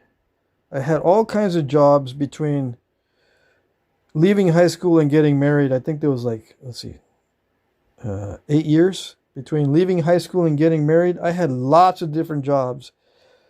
I worked in restaurants. I was a taxi driver. I did, what do you call it? Call marketing. I would cold call people, marketing stuff. I worked for a software and hardware sales company. I mean, I had all kinds of different jobs until I finally, hunkered down. After I got married, I had to find something that was, a lot better. So, I went to drafting school soon after I got married. Kind of, sort of, soon after, like 3 or 4 years after. I got a degree in drafting. I was trying for a degree in engineering. I didn't finish that out. I hated it. I spent 4.5 years in a 6-year program, and I said, no, that's it. And I got a degree in drafting. But my last job, I was in the engineer slot because that's the way it goes. The engineer that was with the company, when I got hired, we had an engineer that worked at that company, but he said, I'm quitting. As soon as I teach you what you need to know, I'm out of here. I go, really? He says, yeah, I'm going over to the blah, blah, blah company. Really? Yeah. So this is going to be your seat. Yeah. I'm leaving voluntarily. Really? Why? Because it sucks. So yeah, I got stuck in that job, but it's good money. Anyways, what else we got? Let's see. I like that answer. Appreciate you, man. Oh, you're welcome. Yep. Somebody gave me, a friend of mine named Henry. Who's Henry? Yeah, I used to get that question. He gave me a metal detector so I can, go after my dream and find some buried treasure, but I still haven't used it. Let's see. The Feathered Frontiersman. Is Kevin the Curly Q still around? Yeah. Kevin has now found a new buddy. My son. One of my sons now has adopted Kevin. My son still lives in the house that he grew up in. And he's still there with Kevin. We had 7 dogs at one time, and now it's down to 5. And Kevin is his favorite, so Kevin spends many days in his room just kind of lazing around. Because Kevin likes to be indoors. He grew up outside, but he likes to be indoors. He's a little spoiled brat. Highlime says, is there a point trying different materials when starting, or should you just pick the best material you can find cheaply and go until something clicks? Yeah, it's best to have one type of material mainly, with little bits and pieces of other stuff here and there just to break up the monotony. But you need one type of material in order to, gauge if you're advancing or not, or gauge the amount of advancement that you're obtaining. You need to get something that's kind of consistent so you'll know what's going on with your skills. But you need it to break up the monotony every once in a while. So I would say for every 500 pounds of the usual material, maybe 100 pounds of all the other stuff mixed together. All the other weird stuff. Do you like nachos? I used to be Mr. Cookies, Cakes, and Candy. Yeah. I love nachos. I love everything that's pastries.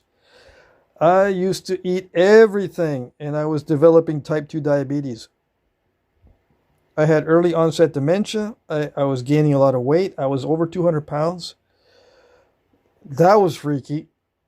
I was 205 pounds at my heaviest while I was sitting at a desk in a cubicle.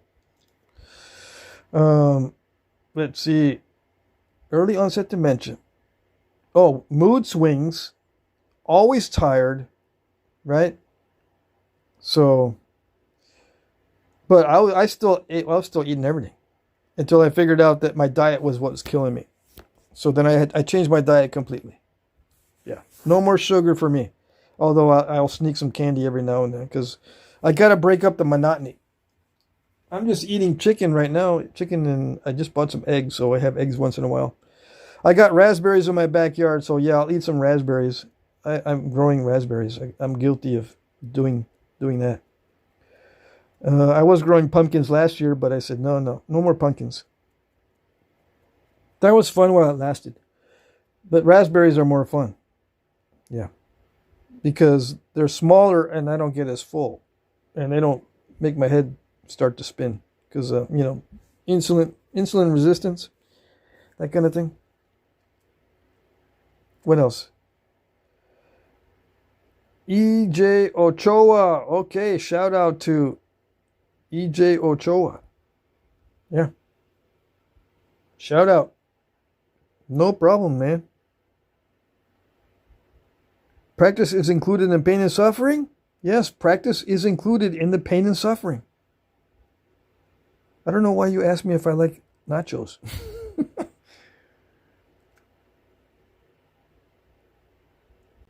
I like nachos, I like burritos, I like tacos, I like everything. Frijoles. Oh, I didn't. Don't get me started. Let's see. Aaron Wilson Salamander took me a whole lot of practice. Yeah. Yeah.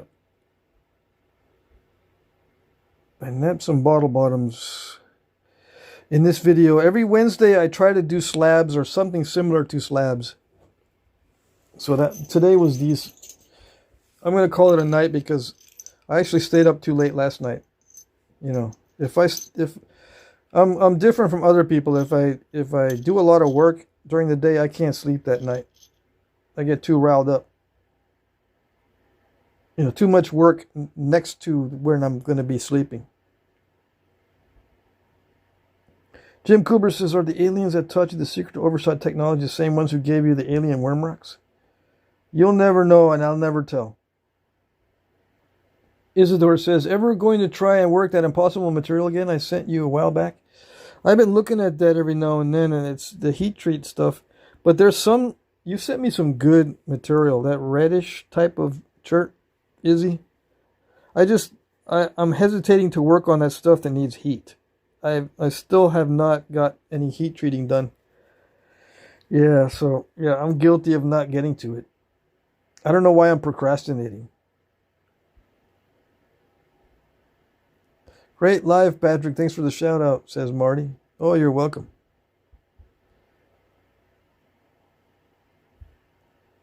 Someone asked me if I like his profile picture. Let me see. Go to channel. What is it? Yes, I'm squishy. That's your profile picture? You've got fingers for hair, dude. What's up with that?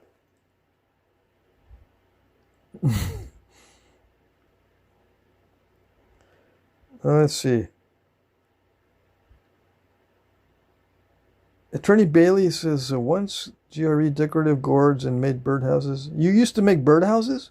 I've made a couple of birdhouses. I gave them to my sister, and she's got them now as decorations.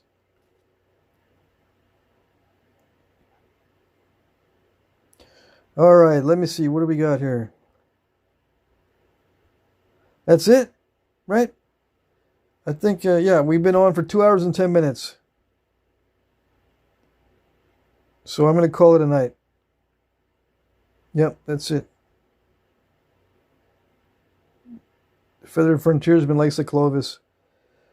Awesome. Are you going to bid on it in the auction?